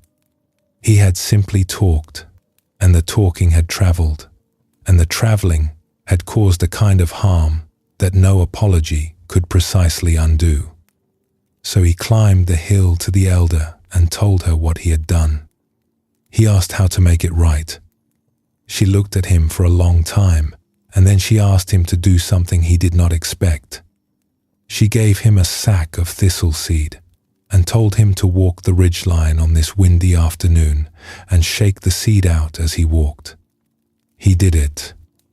He walked the high spine of the ridge with the wind pressing against him and shook the sack, and the seed streamed out behind him in long veils, catching the wind, scattering across 3 valleys, each seed a speck against the grey sky, and by the time he reached the far end of the ridge, the sack was empty, and the seed was everywhere and nowhere. He walked back to the elder and told her it was done. He expected absolution. He expected her to say he was forgiven. Instead, she gave him the second half. "Now go and gather every seed," she said. He stared at her. "That is impossible. They are over 3 valleys. The wind has taken them." "Yes," she said, "and that is how it is with words. You opened your mouth, and the words went out, and now they are in places you cannot follow, and they have done things you cannot undo." He stood there with the empty sack and felt the full weight of it. But the elder was not finished. "The same wind that carried the seed," she said, "can carry other things. What you plant deliberately from this day forward also travels further than you will ever see. The seed is gone, but your hands are still here, and the soil is still here, and the morning is still early." He went down the hill and found his neighbor. The conversation was difficult. He did not minimize what he had done or dress it up in explanations. He said what was true. "I told a story that was not mine to tell, and it has traveled, and I am sorry." The neighbor was not immediately warm. Hurt does not dissolve on contact with an apology, and the miller did not expect it to. But he had placed one seed by hand, in soil he could see, and that was the beginning. This story draws on a Hasidic tale from the European Jewish tradition, in which a remorseful gossip is told to scatter feathers from a pillow, and then to gather them, learning that words once released can never be fully recalled. The teaching crosses traditions easily, because the observation it rests on is universal. Actions travel. Words travel. The things we put into the world keep moving long after we have let go of them, and they arrive at destinations we cannot predict and cannot control. The Buddhist tradition frames this as karma, a word that simply means action, and the principle that every action produces results. Karma is not punishment. It is not a cosmic scorekeeper tallying sins. It is the straightforward recognition that nothing disappears. The kind word spoken to a stranger in the morning is still working by evening in ways the speaker will never know. The careless word dropped at the well is still traveling by next week, gathering weight as it goes. And here is where the teaching touches something already present in every human heart. When asked what single action from their past they would undo, most people can answer in seconds. The answer is right there, immediate, ungathered, waiting. That speed, that instant knowing of what they wish they had not done, reveals something important about human nature. The capacity to feel the weight of our own actions is not something that needs to be taught. It comes with the original equipment. It is as native as the heartbeat. Empathy, the wish not to cause harm, the wince at remembered cruelty, these are not achievements of spiritual practice. They are the soil that spiritual practice is planted in. What practice does, over time, is sharpen the feeling so that it arrives sooner. Instead of wincing at a careless word 3 weeks later, you begin to feel the weight of the word as it leaves your mouth. Instead of recognizing harm only after the seed has scattered across 3 valleys, you begin to feel the sack in your hand before you open it. The conscience does not change. The timing does. And with better timing comes the possibility of choosing differently, of planting what you intend to plant, rather than scattering what the wind happens to catch. The old planter, in the last chapter, understood this. He was planting shade for people he would never meet. The miller in this story is learning the same thing from the other side, that carelessness also plants for people he will never meet, and the harvest is something he would not wish on anyone. Between the deliberate planting and the careless scattering, there is a whole life, and the only thing separating the two is attention. If any of this stirs something, there is no need to chase it. No need to compose a list of regrets or draft an apology. The teaching is simpler than that. Somewhere in this moment, there is one person whose behavior has been difficult to understand. Someone whose actions have caused friction or hurt. And the practice, if it can be called that, is simply to hold that person in mind for a breath and let one thought form. They cannot yet do otherwise. That thought is not approval. It is not surrender.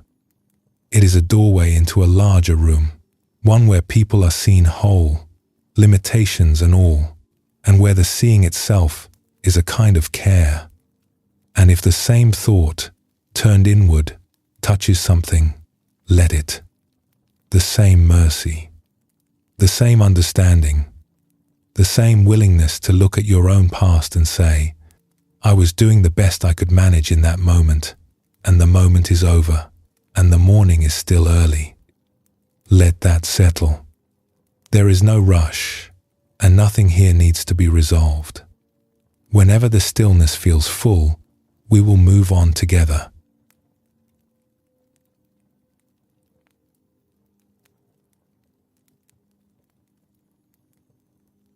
If someone were to ask where spirituality becomes visible, where it stops being an idea and becomes something you can point to, one honest answer might be, in a kitchen. Not a temple, not a mountaintop, not a meditation cushion. A kitchen, a place where food is prepared and shared, where someone has woken up early to wash vegetables and light a fire, where the work is plain and unglamorous and aimed at the simplest possible outcome. Someone who was hungry is no longer hungry. The Buddha is recorded as saying, anyone who has felt the joy of generosity will not sit down to a single meal without sharing it with someone. That line has traveled through 25 centuries of Buddhist teaching, and it carries more weight than a first reading might suggest. Because it does not say, anyone who understands the importance of generosity. It does not say, anyone who has been taught that giving is a virtue. It says, anyone who has felt the joy of it. The emphasis is on the feeling, the experience, the thing that happens inside when you place food in front of someone who needs it and watch them eat. That feeling is not manufactured by a rule. No one has to be told to feel it. It arrives on its own, the way warmth arrives when you step into sunlight. And once it has arrived, once you have felt it, even once, it reorganizes something in the architecture of desire. What you want shifts. The joy of keeping is still there, the human satisfactions of accumulation and security. But alongside it now, there is another kind of joy, one that comes from the opposite direction, from the act of letting go, of putting something you have into the hands of someone who needs it more. And that shift, once it happens, does not need to be maintained by willpower. It maintains itself. It is self-renewing, the way a spring renews itself from the water table below. You give, and the giving feels good, and the good feeling makes you want to give again, and the cycle runs on its own energy. This is what the Buddha meant. Once you have tasted it, you will not eat alone again. Not because you have been commanded not to, but because the meal tastes different when it is shared. The difference between a rule imposed from outside and an impulse that rises from within is the difference between obligation and desire. A person who gives because she has been told it is her duty may give faithfully, even generously, but there will always be a sense of cost, of something surrendered. A person who gives because she has felt the joy of it gives from overflow. The cost disappears inside the experience. And the experience, because it is real, because it belongs to her body and not to someone else's instruction, does not need to be renewed by argument or shame. It renews itself every time the cycle turns. A trader in an ancient market country was a practical man, well established, respected for his judgment, and intent on raising his son in the same tradition. The boy was old enough to learn the business, and the father decided it was time. He gave his son a purse of silver, enough for a substantial purchase, and sent him to the great market in the next province with a single instruction: buy shrewdly, sell dearly, and come home having learned what profit is. The son set out with the purse and a companion, an older servant who knew the roads. They walked through a day of good weather, the country opening up around them, the road running between fields and small settlements. The son was eager. He had been watching his father negotiate for years, and he believed he understood the craft. Then they came to a village at the end of a bad season. The rains had not come, or they had come at the wrong time, and the harvest had failed. The granaries were empty. Families sat in doorways with nothing on the fire. Children played in the dust with the particular slowness of children who have not eaten enough. It was not dramatic. There were no cries, no outstretched hands. Just a village that had run out, sitting in the sun, waiting for something to change. The son stopped in the road. The purse was heavy in his belt. The market was still a day's walk ahead. He stood for a long time between the road going forward and the village on either side of it, and the companion watched him without speaking. "My father told me to make a profit," the son said, half to himself. He walked into the village. He found the headman and asked what was needed. Then he walked to the nearest town with a market, spent the entire purse on sacks of grain and lentils and dried fruit, hired a cart, and brought it all back. By evening, the village had fires going. Long boards were set up in the open air, and everyone ate together, the son among them, sitting cross-legged in the dirt with a bowl of lentil stew that was identical to every other bowl. What he felt, sitting there in the firelight with the empty purse on the ground beside him, was something no ledger had a column for. It was not pride. It was not self-congratulation. It was closer to relief, as if he had been carrying something heavier than the silver and had finally set it down. The food was simple. The company was strangers. The evening was ordinary in every way except one. It was the first meal he had ever eaten that belonged to everyone at the table equally. He came home with nothing. The father's anger was real and immediate. Where was the merchandise? Where was the profit? What had he learned about business? The son stood in the warehouse and gave his accounting. He described the village, the empty granaries, the evening meal. He described what it had felt like to watch people eat food he had provided. And he said, without dramatic emphasis, as a plain statement of experience, "There is no bargain more profitable than feeding someone who is hungry. I have learned what profit is." The father looked at him for a long time. The warehouse was very still. And then the father said nothing, because there was nothing to say that would improve on the silence, and the silence held more understanding than any lecture about the spice trade could have contained. This story is rooted in the Sikh tradition, where it is known as Sacha Sauda, the true bargain, and it is told of the young Guru Nanak, who spent his father's trading capital feeding the hungry and called it the only real profit. The tradition holds that this act laid the foundation for langar, the Sikh practice of communal free meals that continues in gurdwaras around the world to this day, feeding millions of people annually without regard to faith, class, or background. What makes the story resonate beyond its Sikh origins is the specificity of the transformation it describes. The son does not arrive at generosity through philosophy. He does not read a text about the virtue of giving and decide to apply it.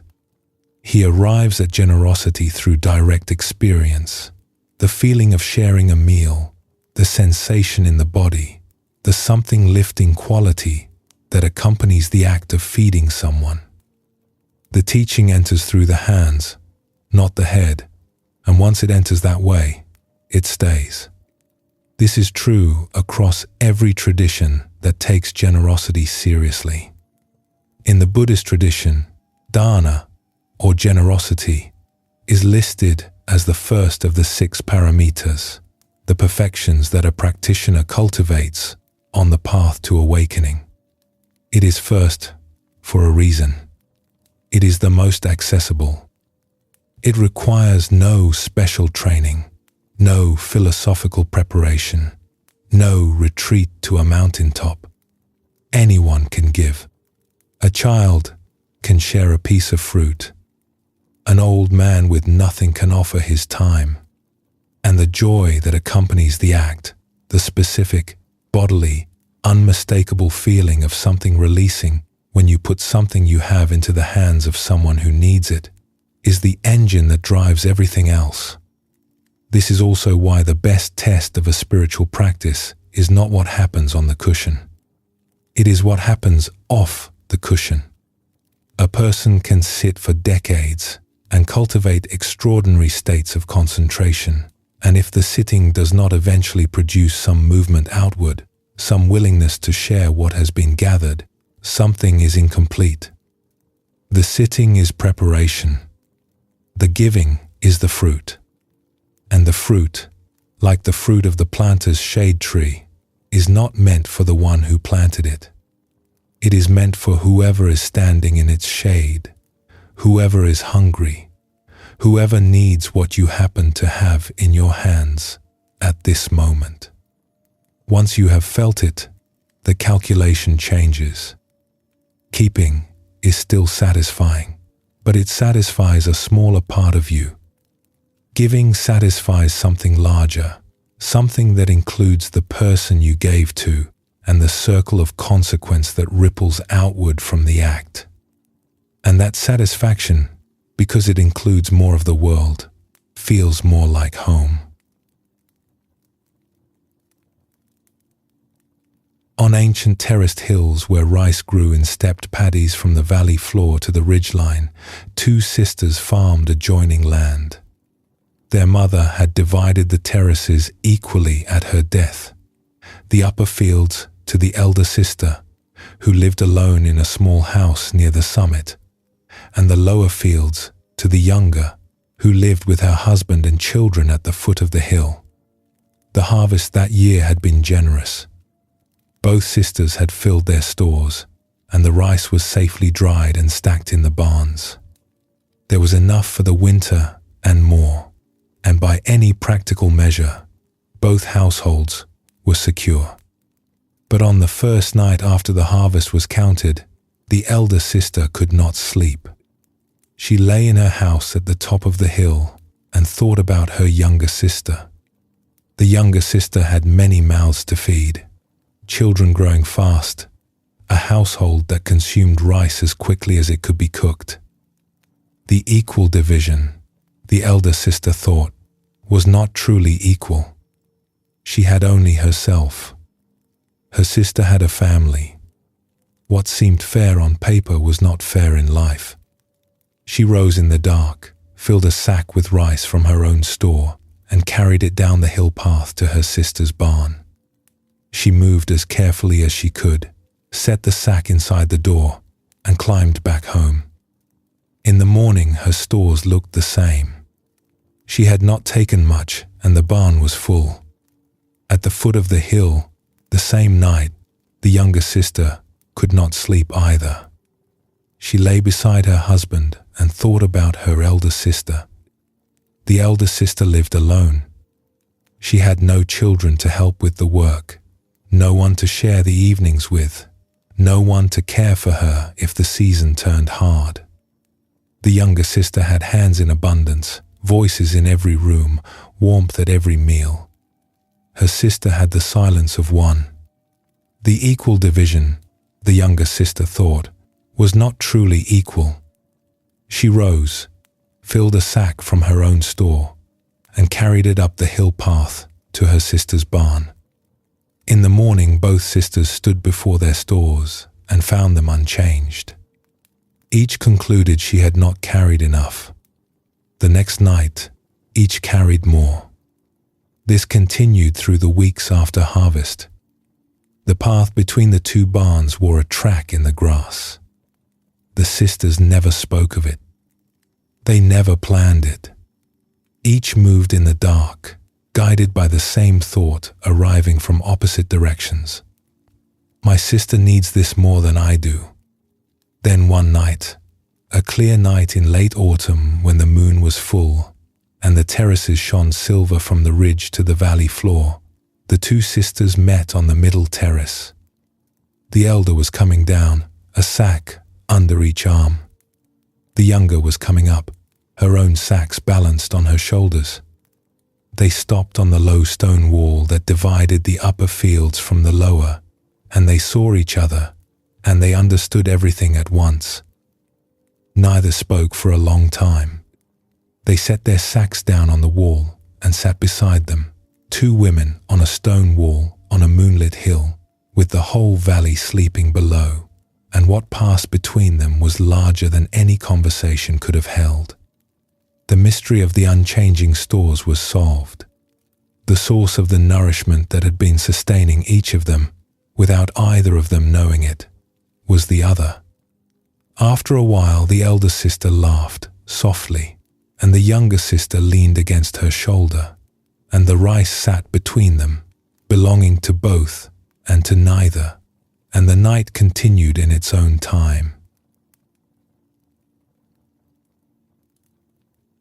This story is drawn from a legend found in both Jewish and Middle Eastern tradition, originally told of two brothers on a hillside above what would become a sacred site.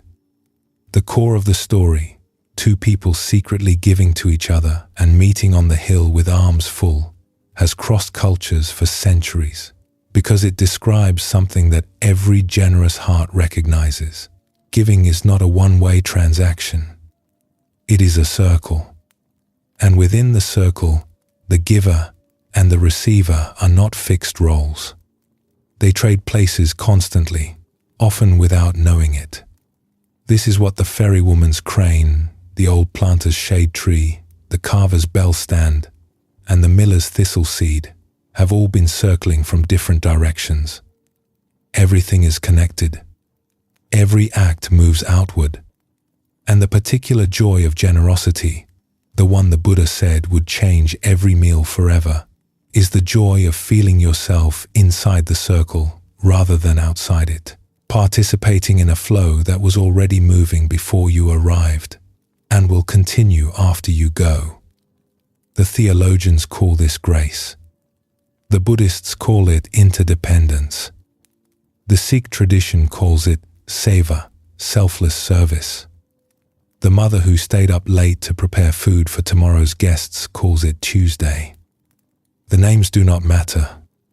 What matters is the feeling, the warmth of feeding someone, the release of carrying rice through the dark for a person you love, the discovery that the circle has been sustaining you all along, and that the only thing required is to keep moving the grain. There is a question buried in this teaching, and it is a question about starting points. Where does the circle begin? Does faith lead to action, or does action build faith? Does the feeling of generosity come first and produce the act, or does the act come first and produce the feeling? The honest answer, drawn from every tradition that has studied the question, is that no one knows. The circle has no beginning. The elder sister did not begin with a theory about fairness. She began with a feeling in the dark, a restlessness that could only be answered by picking up a sack and walking. The act and the feeling were one motion, and the motion was already part of a larger motion, and the larger motion had been turning since before either sister was born. Tonight, if generosity has been present in any form, even something as small as a willingness to stay here and listen, that too is part of the circle. And if the memory of a meal shared, a gift given, a kindness offered without calculation stirs something warm in the chest, that warmth is not sentimental.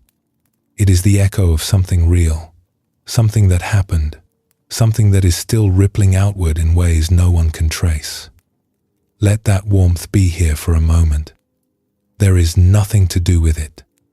It does not need to become a resolution or a plan.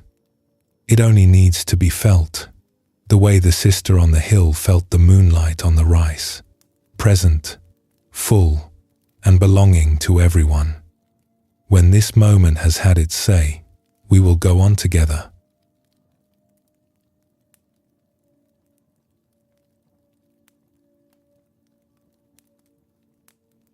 Here is something that rarely gets said out loud in spiritual teaching.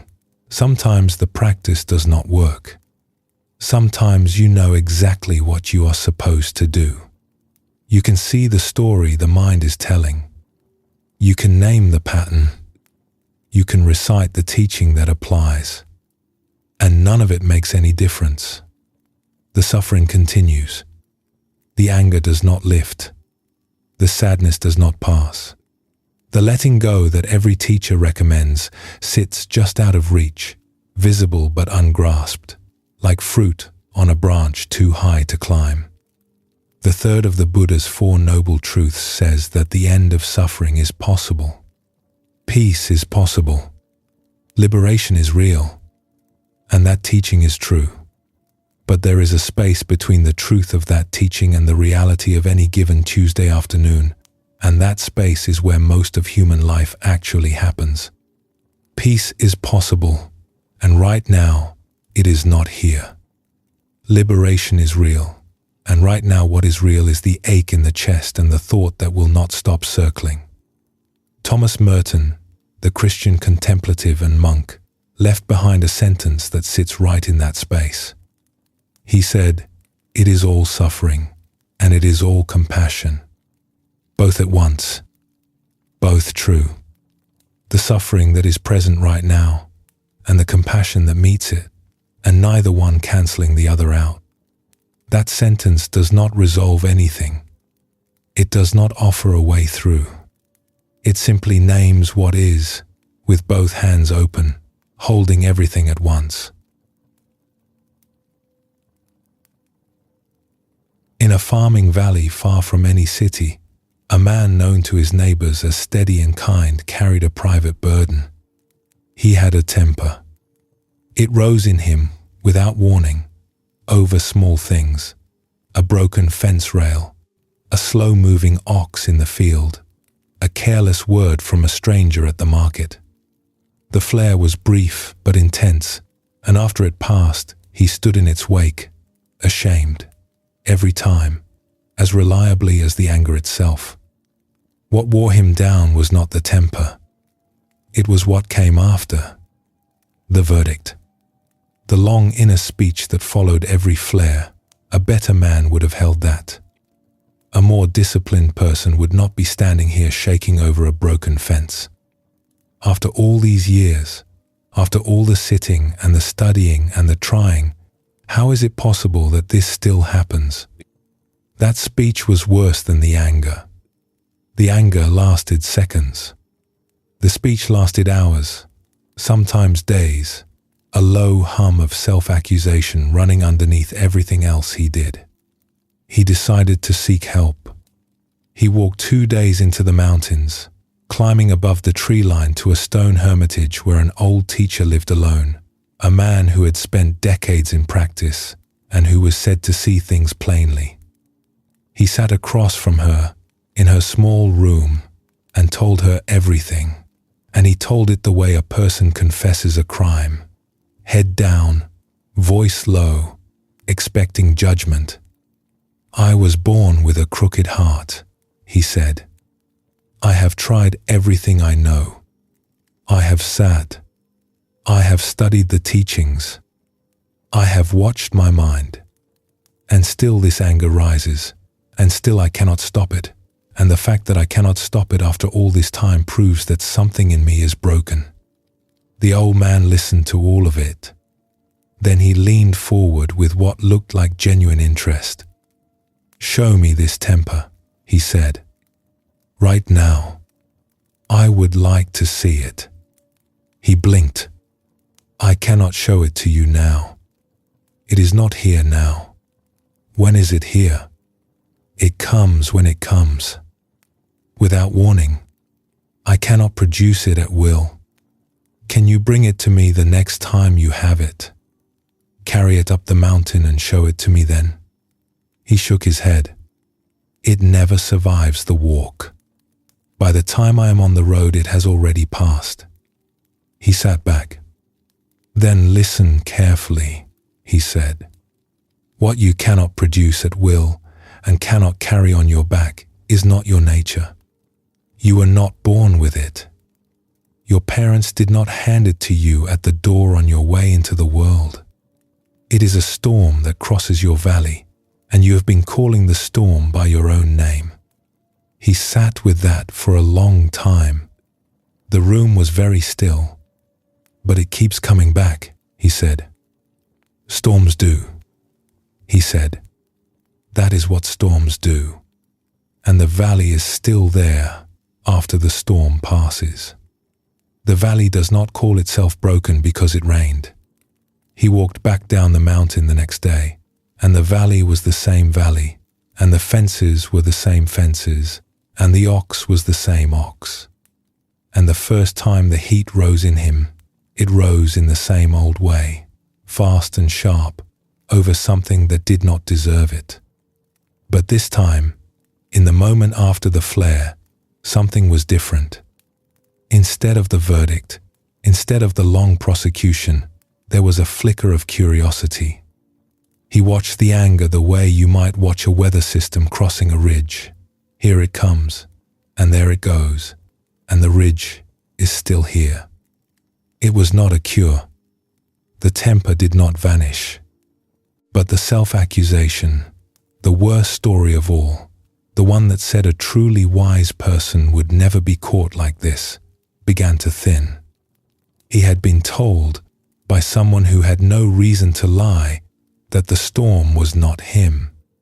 And while the storm would come again, the story about the storm had lost some of its authority. The teaching the old man offered is close to one of the most practical insights in the Zen tradition, the distinction between first suffering and second suffering. First suffering is the anger itself, the flare, the heat in the chest, the clenched jaw. That suffering comes with being human. It is the first arrow, the one that lands regardless of practice or understanding. Second suffering is the story about the anger. I should not be feeling this. A real practitioner would have this under control. Something is wrong with me. That is the second arrow, the one we shoot into ourselves, and it is almost always worse than the first. The farmer's liberation, if it can be called that, was not from the anger. It was from the story about the anger. He still got angry. He still stood in his field with his heart pounding over a broken fence. But he stopped adding the commentary that turned a 5-second storm into a week-long siege. He stopped calling the weather his name. And that shift, modest as it sounds, is the difference between a life of compulsive self-punishment and a life of something closer to ease. This is what might be called the third and a half noble truth. The third noble truth says that peace is possible. The third and a half noble truth says that semi-peace is sort of possible, a good part of the time, but not all of the time. And that is the truth that most honest practitioners eventually arrive at. Not the gleaming promise of permanent liberation, but the humbler, more durable recognition that some days the practice works beautifully and some days it does not work at all, and both kinds of days are part of the same path, and neither one proves anything about your worth. There is a particular cruelty in the spiritual life that is rarely spoken about. It is the cruelty of watching yourself get caught in the very patterns you have been trained to see through. You know the anger is a storm. You know the story about the anger is a second arrow. You know all of this, and you shoot the arrow anyway, and then you shoot a third arrow for having shot the second. I know better, and I did it again, and what does that say about me? That third arrow is the one to watch for. It is the arrow disguised as wisdom. It says, if you were truly awake, you would not be caught. If your practice were truly deep, this would not still be happening. And the weight of that arrow is enormous because it uses the teachings themselves as ammunition, turning every piece of understanding into evidence for the prosecution. The farmer on the mountain was carrying that third arrow. His burden was not the anger. His burden was the belief that the anger meant something about his soul. And the old man's gift was not a technique for managing anger. It was the removal of the third arrow, the one that said, the storm is you. In a monastery famed for its scholars, there lived a young woman whose learning surpassed everyone else in her generation. She had memorized every major commentary. She could debate the finest points of philosophy with precision and grace. She was, by every external measure, the most accomplished student the monastery had produced in a decade.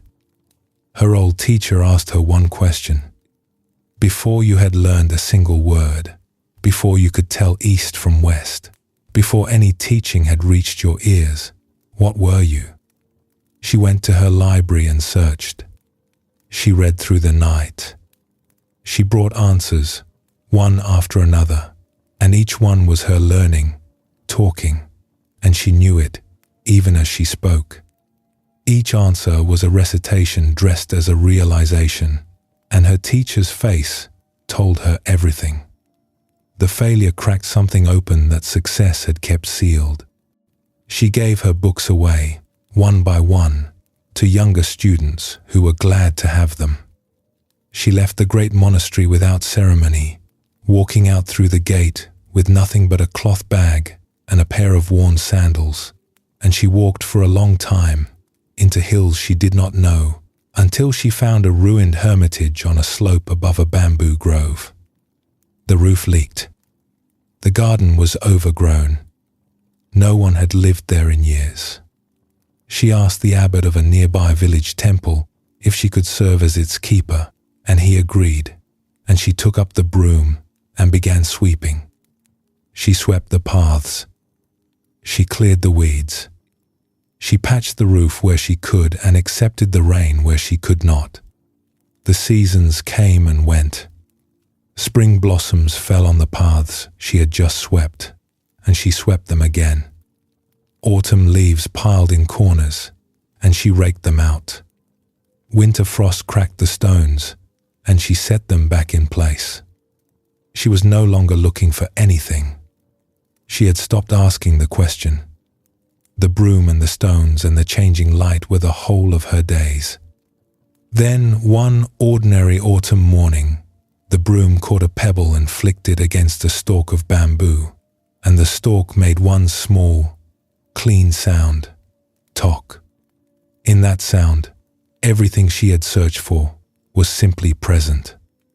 It had not arrived from anywhere. It had not been assembled from parts or argued into existence.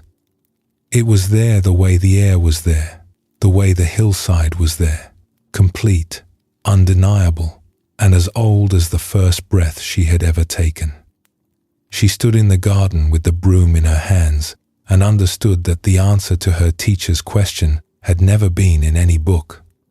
It had been in the sound of a pebble striking bamboo, in the creak of a gate, in the hiss of rain on leaves.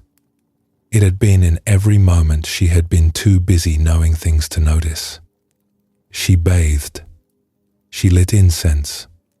She bowed in the direction of her old teacher's mountain, though he was long gone by now, and she whispered, "Your refusal to answer was the kindest thing anyone ever did for me."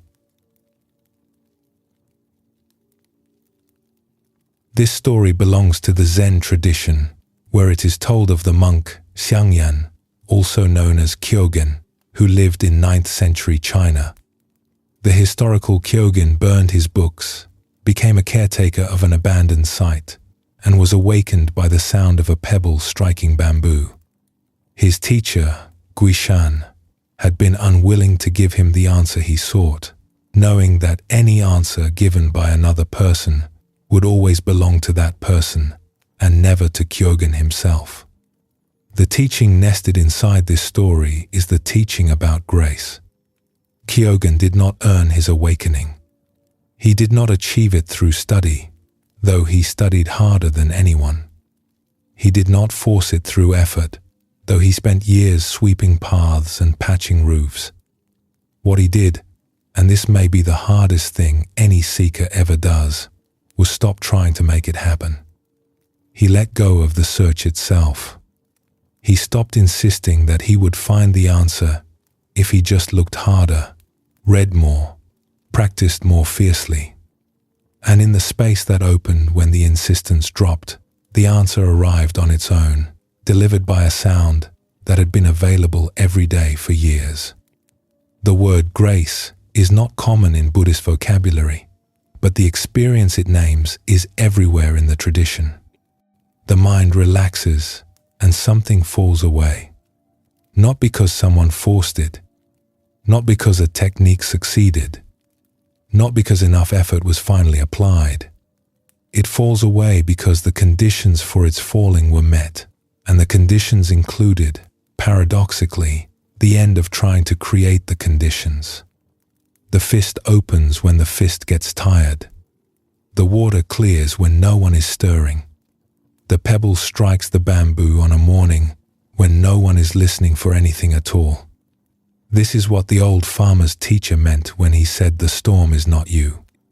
And it is what the monastic poem meant when it said pure joy is each moment minus your opinion of it.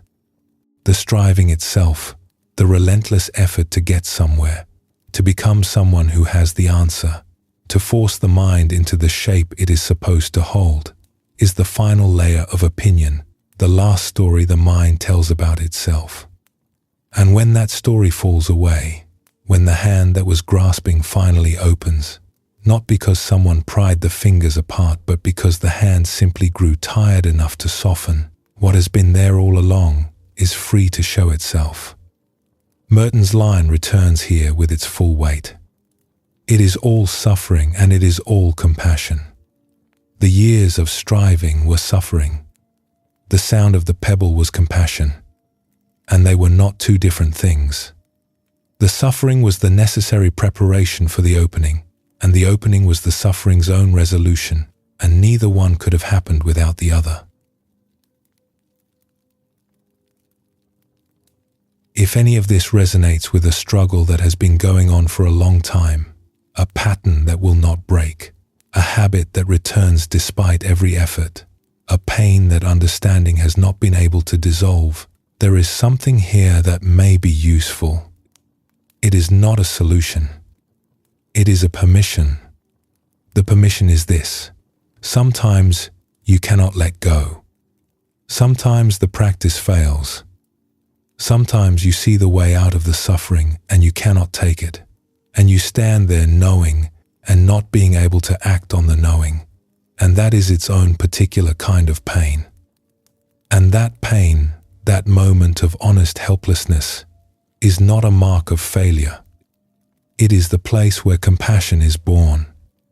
Because compassion, always, begins in the place where you have run out of answers. Let the running out be here, if it is here. Let the not knowing sit where it sits. There is nothing to fix tonight. There is only this breath and the willingness to be present for it, and the old recognition that being present is enough, even when it does not feel like enough. Rest in that recognition. We will continue when you are ready.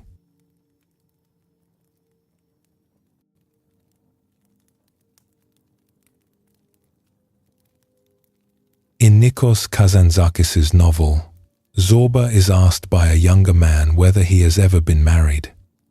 Zorba answers, "Am I not a man? Of course I have wife, children, house, everything." The full catastrophe. The full catastrophe. The word should be bleak, but the way Zorba says it, it is not.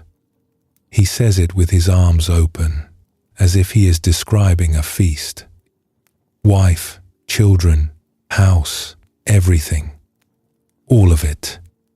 The complications and the tenderness and the noise and the worry and the love and the loss and the meals that come and go and the mornings that keep arriving whether you are ready for them or not. The full catastrophe. There is a teaching hidden in that phrase, and it is a teaching that the Buddhist tradition shares from its own angle, though it usually states it more soberly. The teaching is this: there is no version of a human life that does not include the full catastrophe. No amount of practice, no depth of understanding, no mastery of meditation or philosophy or any other discipline will produce a life in which difficulty stops arriving. The monk in the monastery has the full catastrophe. The hermit on the mountain has the full catastrophe. The parent, the teacher, the artist, the healer, all of them, everyone, the full catastrophe. And the question that follows from that recognition is not, how do I escape it? The question is, how do I live it with my eyes open and still love it? That question contains an assertion made on faith. It assumes the answer is yes, it is possible to live the full catastrophe with open eyes and still find something in it to love. Every monk who has entered a monastery, every seeker who has sat down on a cushion, every parent who has risen at 3 a.m. to comfort a child, and then risen again at 6 to start the day, has made that same assertion, usually without putting it into words. The assertion is, this life, this particular, specific, complicated, exhausting, beautiful, unbearable life can be lived with presence and with love. And the love does not require the life to be easy. It only requires the life to be met. Along a rocky coastline in an ancient fishing village, a woman in her middle years walked the path to the house of the village's old teacher. She walked slowly because her feet were heavy with a season that had emptied her. Everything had broken at once. Her nets had torn in a late storm, and she had not been able to afford new rope. A partnership with another fisher had dissolved in a dispute she could not resolve. The roof of her house had taken damage in the same storm, and the repairs had eaten through what little savings she had. She had been carrying the weight of all of it for weeks, and the carrying had worn her thin. She came to the teacher's door and sat down on the step and said the one thing that seemed true. At least, it cannot get worse. The old teacher, a man who had lived through many such seasons himself, did not agree.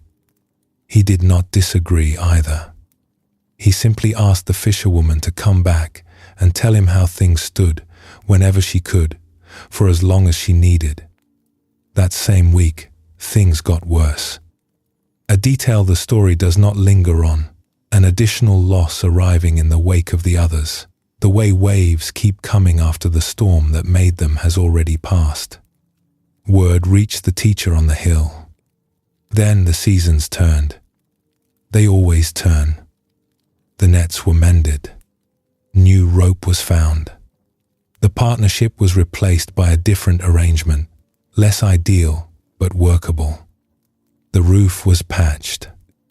Rain still came in at one corner, but the rest of the house held. 2 years passed. The fisherwoman climbed the path again, and this time her step was lighter. Things were better, genuinely better. The catch was good. The house was sound. She had come to announce that the hard years were behind her. The teacher walked her to the headland above the village, where you could see the harbor and the open water beyond it, and they stood together watching the tide. "What is the tide doing?" the teacher asked. "Coming in. And later, it will go out. And after that," the fisherwoman understood, "it will come in again." "Yes," the teacher said, "and you will stand at this rail many more times in both kinds of water. Sometimes the harbor will be full. Sometimes it will be drained down to the mud. And the sea is not failing you when it recedes. It is doing what the sea does." He let that sit for a moment, and then he said, "What can be trusted is not the level of the water. What can be trusted is your own feet on this headland. You are here. You have been here when the harbor was empty, and you are here now that it is full. The view changes. The standing does not." The fisherwoman came back many times over the years that followed. She came in seasons of abundance and seasons of loss. She came after good news and after bad. And at some point that no one could have predicted, she stopped announcing which kind of season it was. She would just come, and they would stand at the headland, and the tide would be whatever the tide was, and that was enough. The comfort in this teaching is not the comfort most people are looking for. Most people want to hear that the tide will come in and stay in, that the good season will last, that once you have done enough work on yourself, the difficulty will stop arriving. And that is a promise no honest tradition can make. What the tradition can offer, and what the teacher at the headland offered, is something more durable than that promise. It is the recognition that impermanence cuts both ways. It got worse is true and temporary. It got better is also true and also temporary. The oscillation between them is the full catastrophe, and the full catastrophe is not a problem to be solved. It is the shape of a life, every life. Monastic or married, sheltered or exposed, practiced or unpracticed, the oscillation continues. And there is, strangely, a comfort in that. Because if the good season does not last, neither does the bad one. The harbor that has drained will fill. The storm that has arrived will pass. The season of loss is already carrying within it the seeds of the season that follows, in the same way that the bare branches of winter are already holding the buds that will open in spring. This is the mercy of impermanence. It takes everything away, and it gives everything back, and it never stops moving. The fisherwoman stopped announcing which season she was in because she had learned to trust the movement itself. She did not need the harbor to be full to feel at peace. She needed her feet on the headland. She needed the steady gaze. She needed the willingness to watch without insisting, and that willingness built over years of returning, became the most reliable thing in her life. More reliable than any catch, any roof, any partnership. And the peace that is available inside that oscillation is not the peace of finally arriving at a calm harbor. It is the peace of a person who has stopped demanding that the harbor stay calm. It is the peace of standing on the headland in any weather and knowing that the headland is solid even when the water is wild. That kind of peace does not depend on circumstances. It depends on the quality of the standing. And that quality, built over years of returning, of watching the tide come and go without taking it personally, is what the Buddhist tradition calls equanimity, the mind that does not tip when the world tips. The Pali word is upekkha. It is sometimes translated as indifference, but that is wrong. Upekkha is not indifference. It is balance. It is the steady gaze that sees the full catastrophe clearly and does not look away, and does not collapse, and does not pretend that the difficult parts are not difficult. It is the willingness to be present for all of it, the storm and the calm, the full harbor and the empty one, the season of plenty and the season of loss, with the same open attention, the same steady feet. Equanimity is not the absence of feeling. A person with equanimity still feels the wind, still feels the rain, still feels the sun on her face when the storm clears. She feels all of it. What she has stopped doing is insisting that the feeling be different from what it is. The harbor is empty and she feels the emptiness fully, without the additional weight of, this should not be happening. The harbor is full, and she feels the fullness, fully, without the additional weight of, please let this last. The feeling arrives clean, without the wrapper of demand that usually comes with it, and because it arrives clean, it passes clean, and the next feeling can arrive without running into the residue of the last one. This is what the tradition means when it speaks of peace in the middle of the catastrophe. It is not peace instead of the catastrophe. It is peace made out of the same material as the catastrophe, woven from the same thread, present in the same moments. The storm and the stillness at the center of the storm. The breaking and the mending. The loss and the love that made the loss possible. Among all the treasures a certain ruler had accumulated over his years of power, there was one object he truly loved. It was a tea bowl, deep green, plain in shape, undecorated, made by potters in a distant country generations ago. He drank his morning tea from it every day, and that small ritual, the warmth of the bowl in his hands, the color of the tea against the green glaze, was the one still point in his turning world. One morning a servant's sleeve caught the bowl as she was clearing the tray. It fell to the stone floor and broke into several pieces. The court went silent. The servant knelt, trembling. But the ruler, to his own surprise, was not angry. He was bereft. He stared at the pieces on the floor the way you might stare at a letter bearing news you were not ready to receive. He had the pieces gathered carefully and sent across the sea to the country where the bowl had been made, with a request: find its equal or repair it.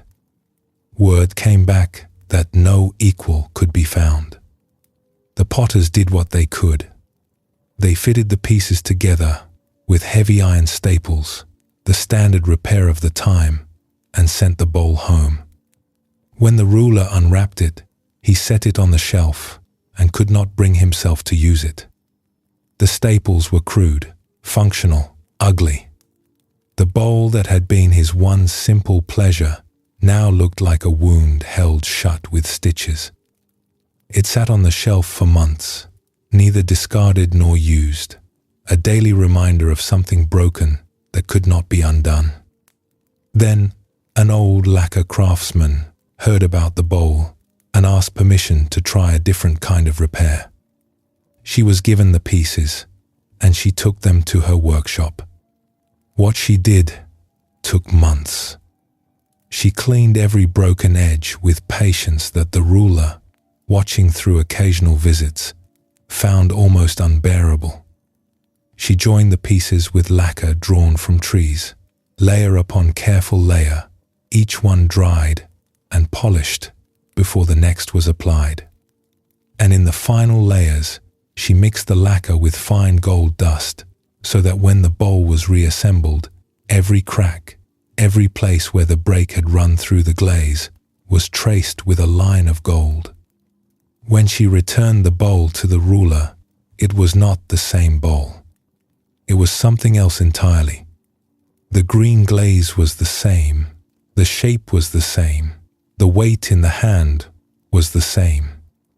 But running through it now, like rivers through a landscape, were veins of gold that followed every fracture, every place where the bowl had been broken and put back together. The breaks were not hidden. They were illuminated. They had become the most beautiful thing about it. The ruler drank his morning tea from that bowl for the rest of his life. And when visitors asked about the golden lines, he told them the truth. The bowl had been broken, and this is what was made of that. This is the origin legend of kintsugi, the Japanese art of mending broken pottery with gold, a practice that emerged in the 15th century and became deeply entwined with the aesthetics of the tea ceremony and the Zen tradition. The philosophy behind kintsugi is the philosophy behind this entire evening, that damage is not something to hide. It is something to honor. That the places where a life has been broken and repaired are not flaws to be concealed, but seams to be gilded, because they are the truest record of a life actually lived. This is the full catastrophe, seen from the far side. The storms, the losses, the seasons of difficulty, the moments when the practice failed and the letting go would not come, and the only option was to stand in the rain and endure. All of those, mended with attention and time, become the gold in the glaze. They do not disappear. They are not smoothed over or painted away. They are held up to the light, and in the light they become something no unbroken bowl could ever be, a testament to the fact that what was broken was also mended, and the mending made it more beautiful, not less. Zorba understood this, even if he never held a kintsugi bowl. When he said the full catastrophe, he was saying that he would take all of it, the breaking and the mending, the loss and the love, because the alternative was to take none of it, to withdraw into a life where nothing could break because nothing was ever risked. And that kind of safety, the safety of the bowl that sits on a high shelf and is never used, is its own kind of loss. The bowl is intact, but it holds no tea. It has no morning ritual, no warmth, no story. It has been kept perfect by being kept empty. The mended bowl, by contrast, is full of story. Every gold line is a chapter. Every seam is a place where something broke and someone cared enough to put it back together.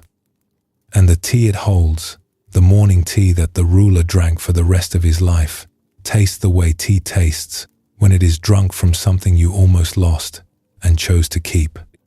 There is a deep trust buried in this practice. It is the trust that breakage is not the end of the story, that the worst season is not the final season, that the tide, even at its lowest ebb, is already turning, somewhere out past the harbor mouth, gathering itself for the return, and that the hands that mend, whether they are your own hands or someone else's, are working with gold, whether they know it or not. If something feels broken tonight, or if the memory of a broken season is present, it may help to hold it the way the lacquer craftsman held the bowl, with patience, with care, and with the understanding that the break is part of the story. Not all of the story, not the end of the story, but a real part, one that will eventually carry its own kind of light. There is no need to gild anything right now. That takes time. For now it is enough to hold the pieces and know that they are held. Let that holding be the resting place. We will go on from here when the time is right.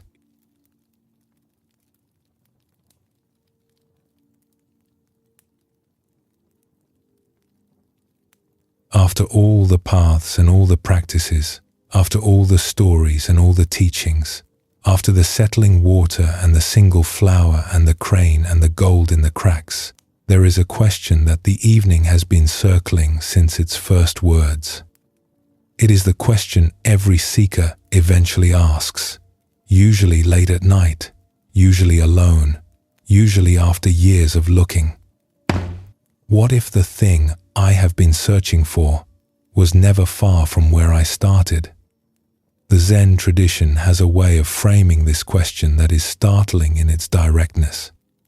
It says, what you are looking for is what is looking. The awareness you are using to search for awareness is already the awareness you are searching for.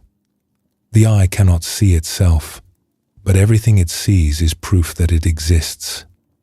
The search and the sought are one thing, and the long journey outward, through books and teachers and techniques and paths, eventually bends back and arrives at the place it left, and finds it changed only because the traveler now has eyes to recognize what was always there. The Pali Canon, the oldest written record of the Buddha's teachings, preserves an account of a memory that changed everything. Before his awakening, the man who would become the Buddha had spent years in the most rigorous practices available. He had studied with the finest teachers. He had pushed his body to its limits through fasting and austerity, following the methods that the spiritual culture of his time said would lead to liberation. And he had arrived at the end of those methods, not at liberation, but at exhaustion.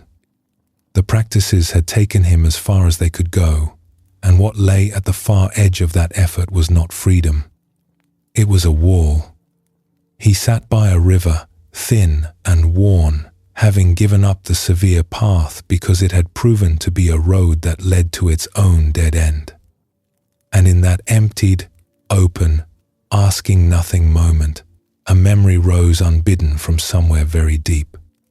He was a child, a small boy, sitting under a rose apple tree at the edge of a field where a spring ploughing festival was underway. The grown people were working in the sun, their voices carrying across the open ground, the creak of the plough, the low calls to the oxen, all the sounds of labor and ceremony mixing together in the warm air. Someone had left him in the shade, perhaps a parent who needed both hands, perhaps a relative who assumed someone else was watching, and the boy was alone under the tree, and the world was at a comfortable distance. The shade was deep and cool. The ground was soft with fallen leaves. The sunlight came through the branches in patches that moved when the wind moved, and the boy watched the patches without thinking about them, the way an animal watches the light, with full attention and no commentary. Somewhere a bird sang a phrase and stopped and sang it again. The air smelled of turned earth and the faint sweetness of the tree's own blossoms. And the boy's mind, without being asked, without any instruction, without any teacher or method or intention, had settled into a clear, sweet, effortless ease. He was simply sitting. He was simply aware. The day was present, fully present, and he was present in it, and there was no effort in the presence. It was as natural as breathing. It was as natural as the shade. There was no one to impress, no one watching, no achievement being recorded. There was just this, a child, a tree, a field, and a mind as clear as the spring water that ran along the field's edge. The man by the river remembered that moment with the full force of a lifetime of seeking behind him. And a question formed that bent the entire arc of his path. Could this be the way? Could the ease that came before any method, the clarity that arrived when no one was trying to produce it, be the doorway he had been looking for? Something in him answered yes. And the answer was accompanied by a second recognition, equally quiet and equally enormous. There was no need to fear a happiness so clean. He did not have to earn it. He did not have to pass through a final ordeal to deserve it. It had been there before the first teaching, before the first teacher, before the first step on the first path.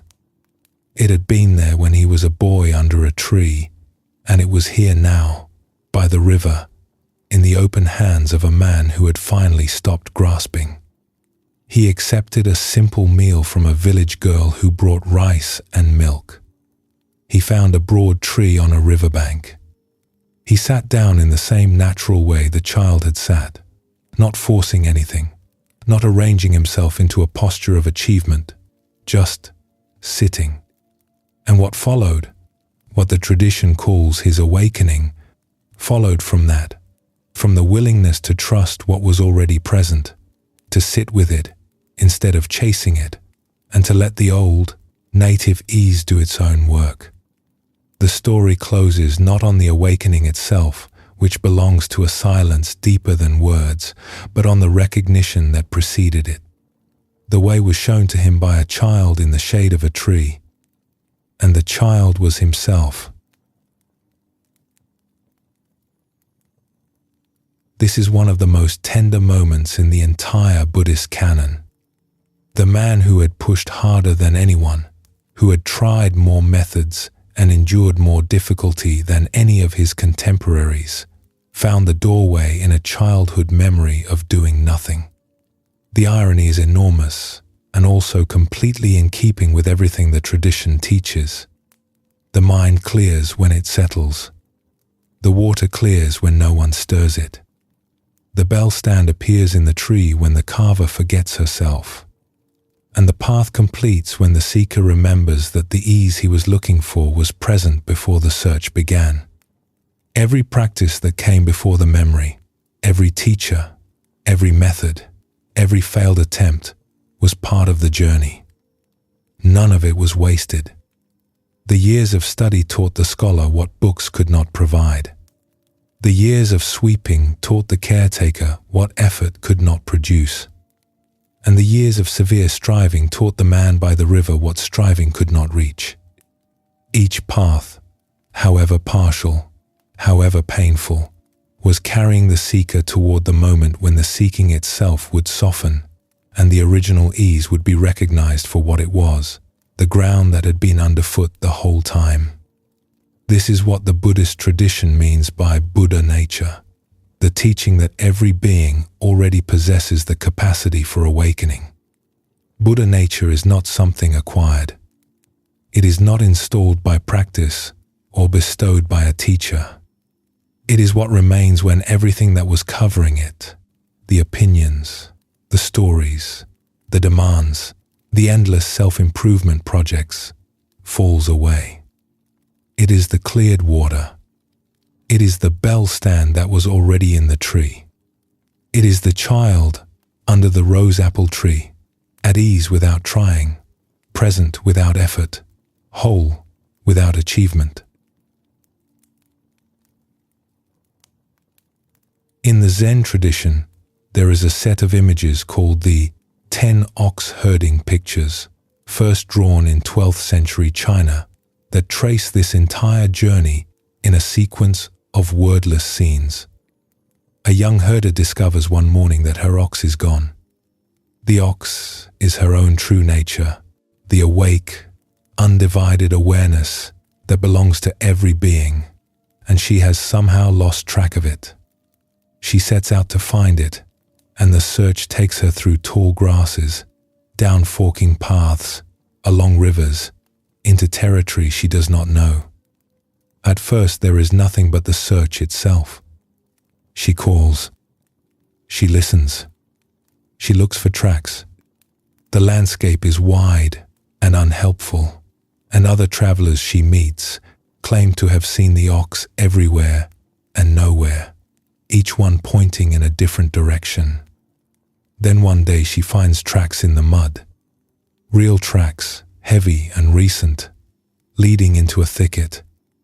She follows them and catches a glimpse, just a flash through the reeds, of a broad brown flank. Her heart lifts. But the ox is still wild, still skittish, and it disappears before she can get close. She follows more carefully now. She learns to move slowly. She learns that the ox cannot be chased, only approached. Over time, through patience that costs her every ounce of impatience she has, she gets close enough to lay a hand on its neck. The taming is slow. There are days when the ox pulls against the rope and days when it walks beside her as calmly as a dog on a path. Seasons pass. The rope hangs slack. One day she leaves it coiled at home because it is no longer needed. She rides the ox home, playing a small flute, the two of them moving through the countryside as one creature, and the music she plays is not triumphant. It is ordinary. It is the sound of someone who has stopped trying to get somewhere and has arrived at where she was. The fields they pass through are the same fields. The sky is the same sky. But there is a quality in the way she sees them now, a closeness, as if the distance between her eyes and the world has shortened, and everything she looks at looks back. And then, at home, in the doorway of her own house, she turns to look behind her, and the ox is gone. She looks down and finds she cannot locate the herder either. Both have dissolved. What is left is an empty circle, an open space, the sky without a frame, and in that space, there is nothing that needs to be said about ox or herder, or seeking or finding. The ancient Zen commentaries sometimes draw this picture as a simple circle of ink, with nothing inside it. No figure, no landscape, no caption, just space, and the trust that space is enough. This is not the end. The final picture, the one the tradition holds as the true destination, shows the herder walking back into the market town. She is carrying nothing. Her hands are open. She is buying salt and greens from a vendor, helping an old man lift his load, greeting the sellers with no special radiance and no special claim. She is ordinary. She is fully engaged in the ordinary business of ordinary life. And wherever she walks, something eases in the people around her, something they cannot name, a kind of settling that seems to follow her through the crowd. Nobody in the market knows anything about an ox. The 10 ox-herding pictures have been studied and taught for 9 centuries, and what they describe is the arc of this entire evening traced in a single life. The searching, the glimpsing, the taming, the forgetting, and the return. The return is the point. The journey does not end on a mountain. It does not end in a monastery. It does not end in a moment of blinding illumination. It ends in the market. It ends in the kitchen. It ends in the place where the dishes need washing and the children need feeding and the ordinary world needs whatever ordinary care you have to offer. This is what separates the Buddhist understanding of awakening from the popular idea of enlightenment as a departure from ordinary life. In the ox-herding pictures, the awakened person does not float above the world. She does not retreat to a cave. She walks back into the middle of it, with dirt on her feet and rice in her sack, and she does the ordinary things that need doing, and wherever she goes, something eases. Not because she is performing ease, not because she is projecting a spiritual state, but because the search is over, and what remains when the search is over is a person who is fully present, fully available, and no longer adding to the turbulence of the world by insisting that it be different from what it is. The ox, the tradition reminds us, was never actually lost. It was present the whole time, as close as the awareness that knows it is hearing these words right now, as close as the breath that has been coming and going all evening without anyone having to arrange it. What was lost was the recognition, and what the search provided was not the ox but the eyes to see it. Every path walked, every story listened to, every moment of practice, every failure, and every success was the long schooling of those eyes. None of it was wasted. All of it was necessary. And all of it leads back to the same place, this moment, this breath, this room, this life, complete in itself, lacking nothing essential. The restless heart that opened this evening's journey, the dukkha that the Buddha named as the starting place, has been traveling the same circle. It was restless because it was looking for home, and it was looking for home because it had not yet recognized that it was already there. The restlessness and the home were in the same place. They always had been. And the long path, through every story and teaching and image and practice, was the path of learning to see what had never moved. This is what the Buddhist tradition means by Buddha nature, the teaching that every being already possesses the capacity for awakening. Buddha nature is not something acquired. It is not installed by practice or bestowed by a teacher. It is what remains when everything that was covering it falls away. It is the cleared water. It is the bell stand that was already in the tree. It is the child under the rose apple tree, at ease without trying, present without effort, whole without achievement. Every path that was walked before the recognition, every teacher who refused to give the easy answer, every season of difficulty that could not be bypassed, was part of the slow uncovering.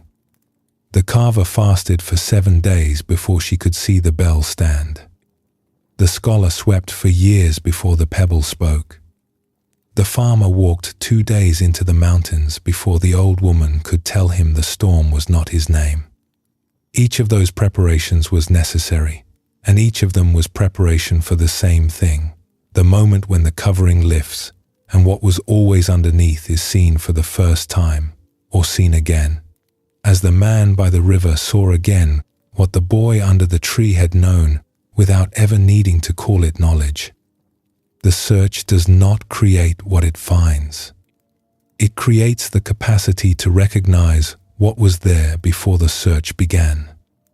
And the recognition, when it comes, is accompanied by a feeling that many practitioners describe in remarkably similar terms across traditions and centuries. The feeling of coming home. A homecoming to a place you never actually left because you were carrying it with you the whole time, close enough to touch, hidden only by the insistence on looking somewhere else. Sleep well, and thank you for joining us here at Midnight Monk.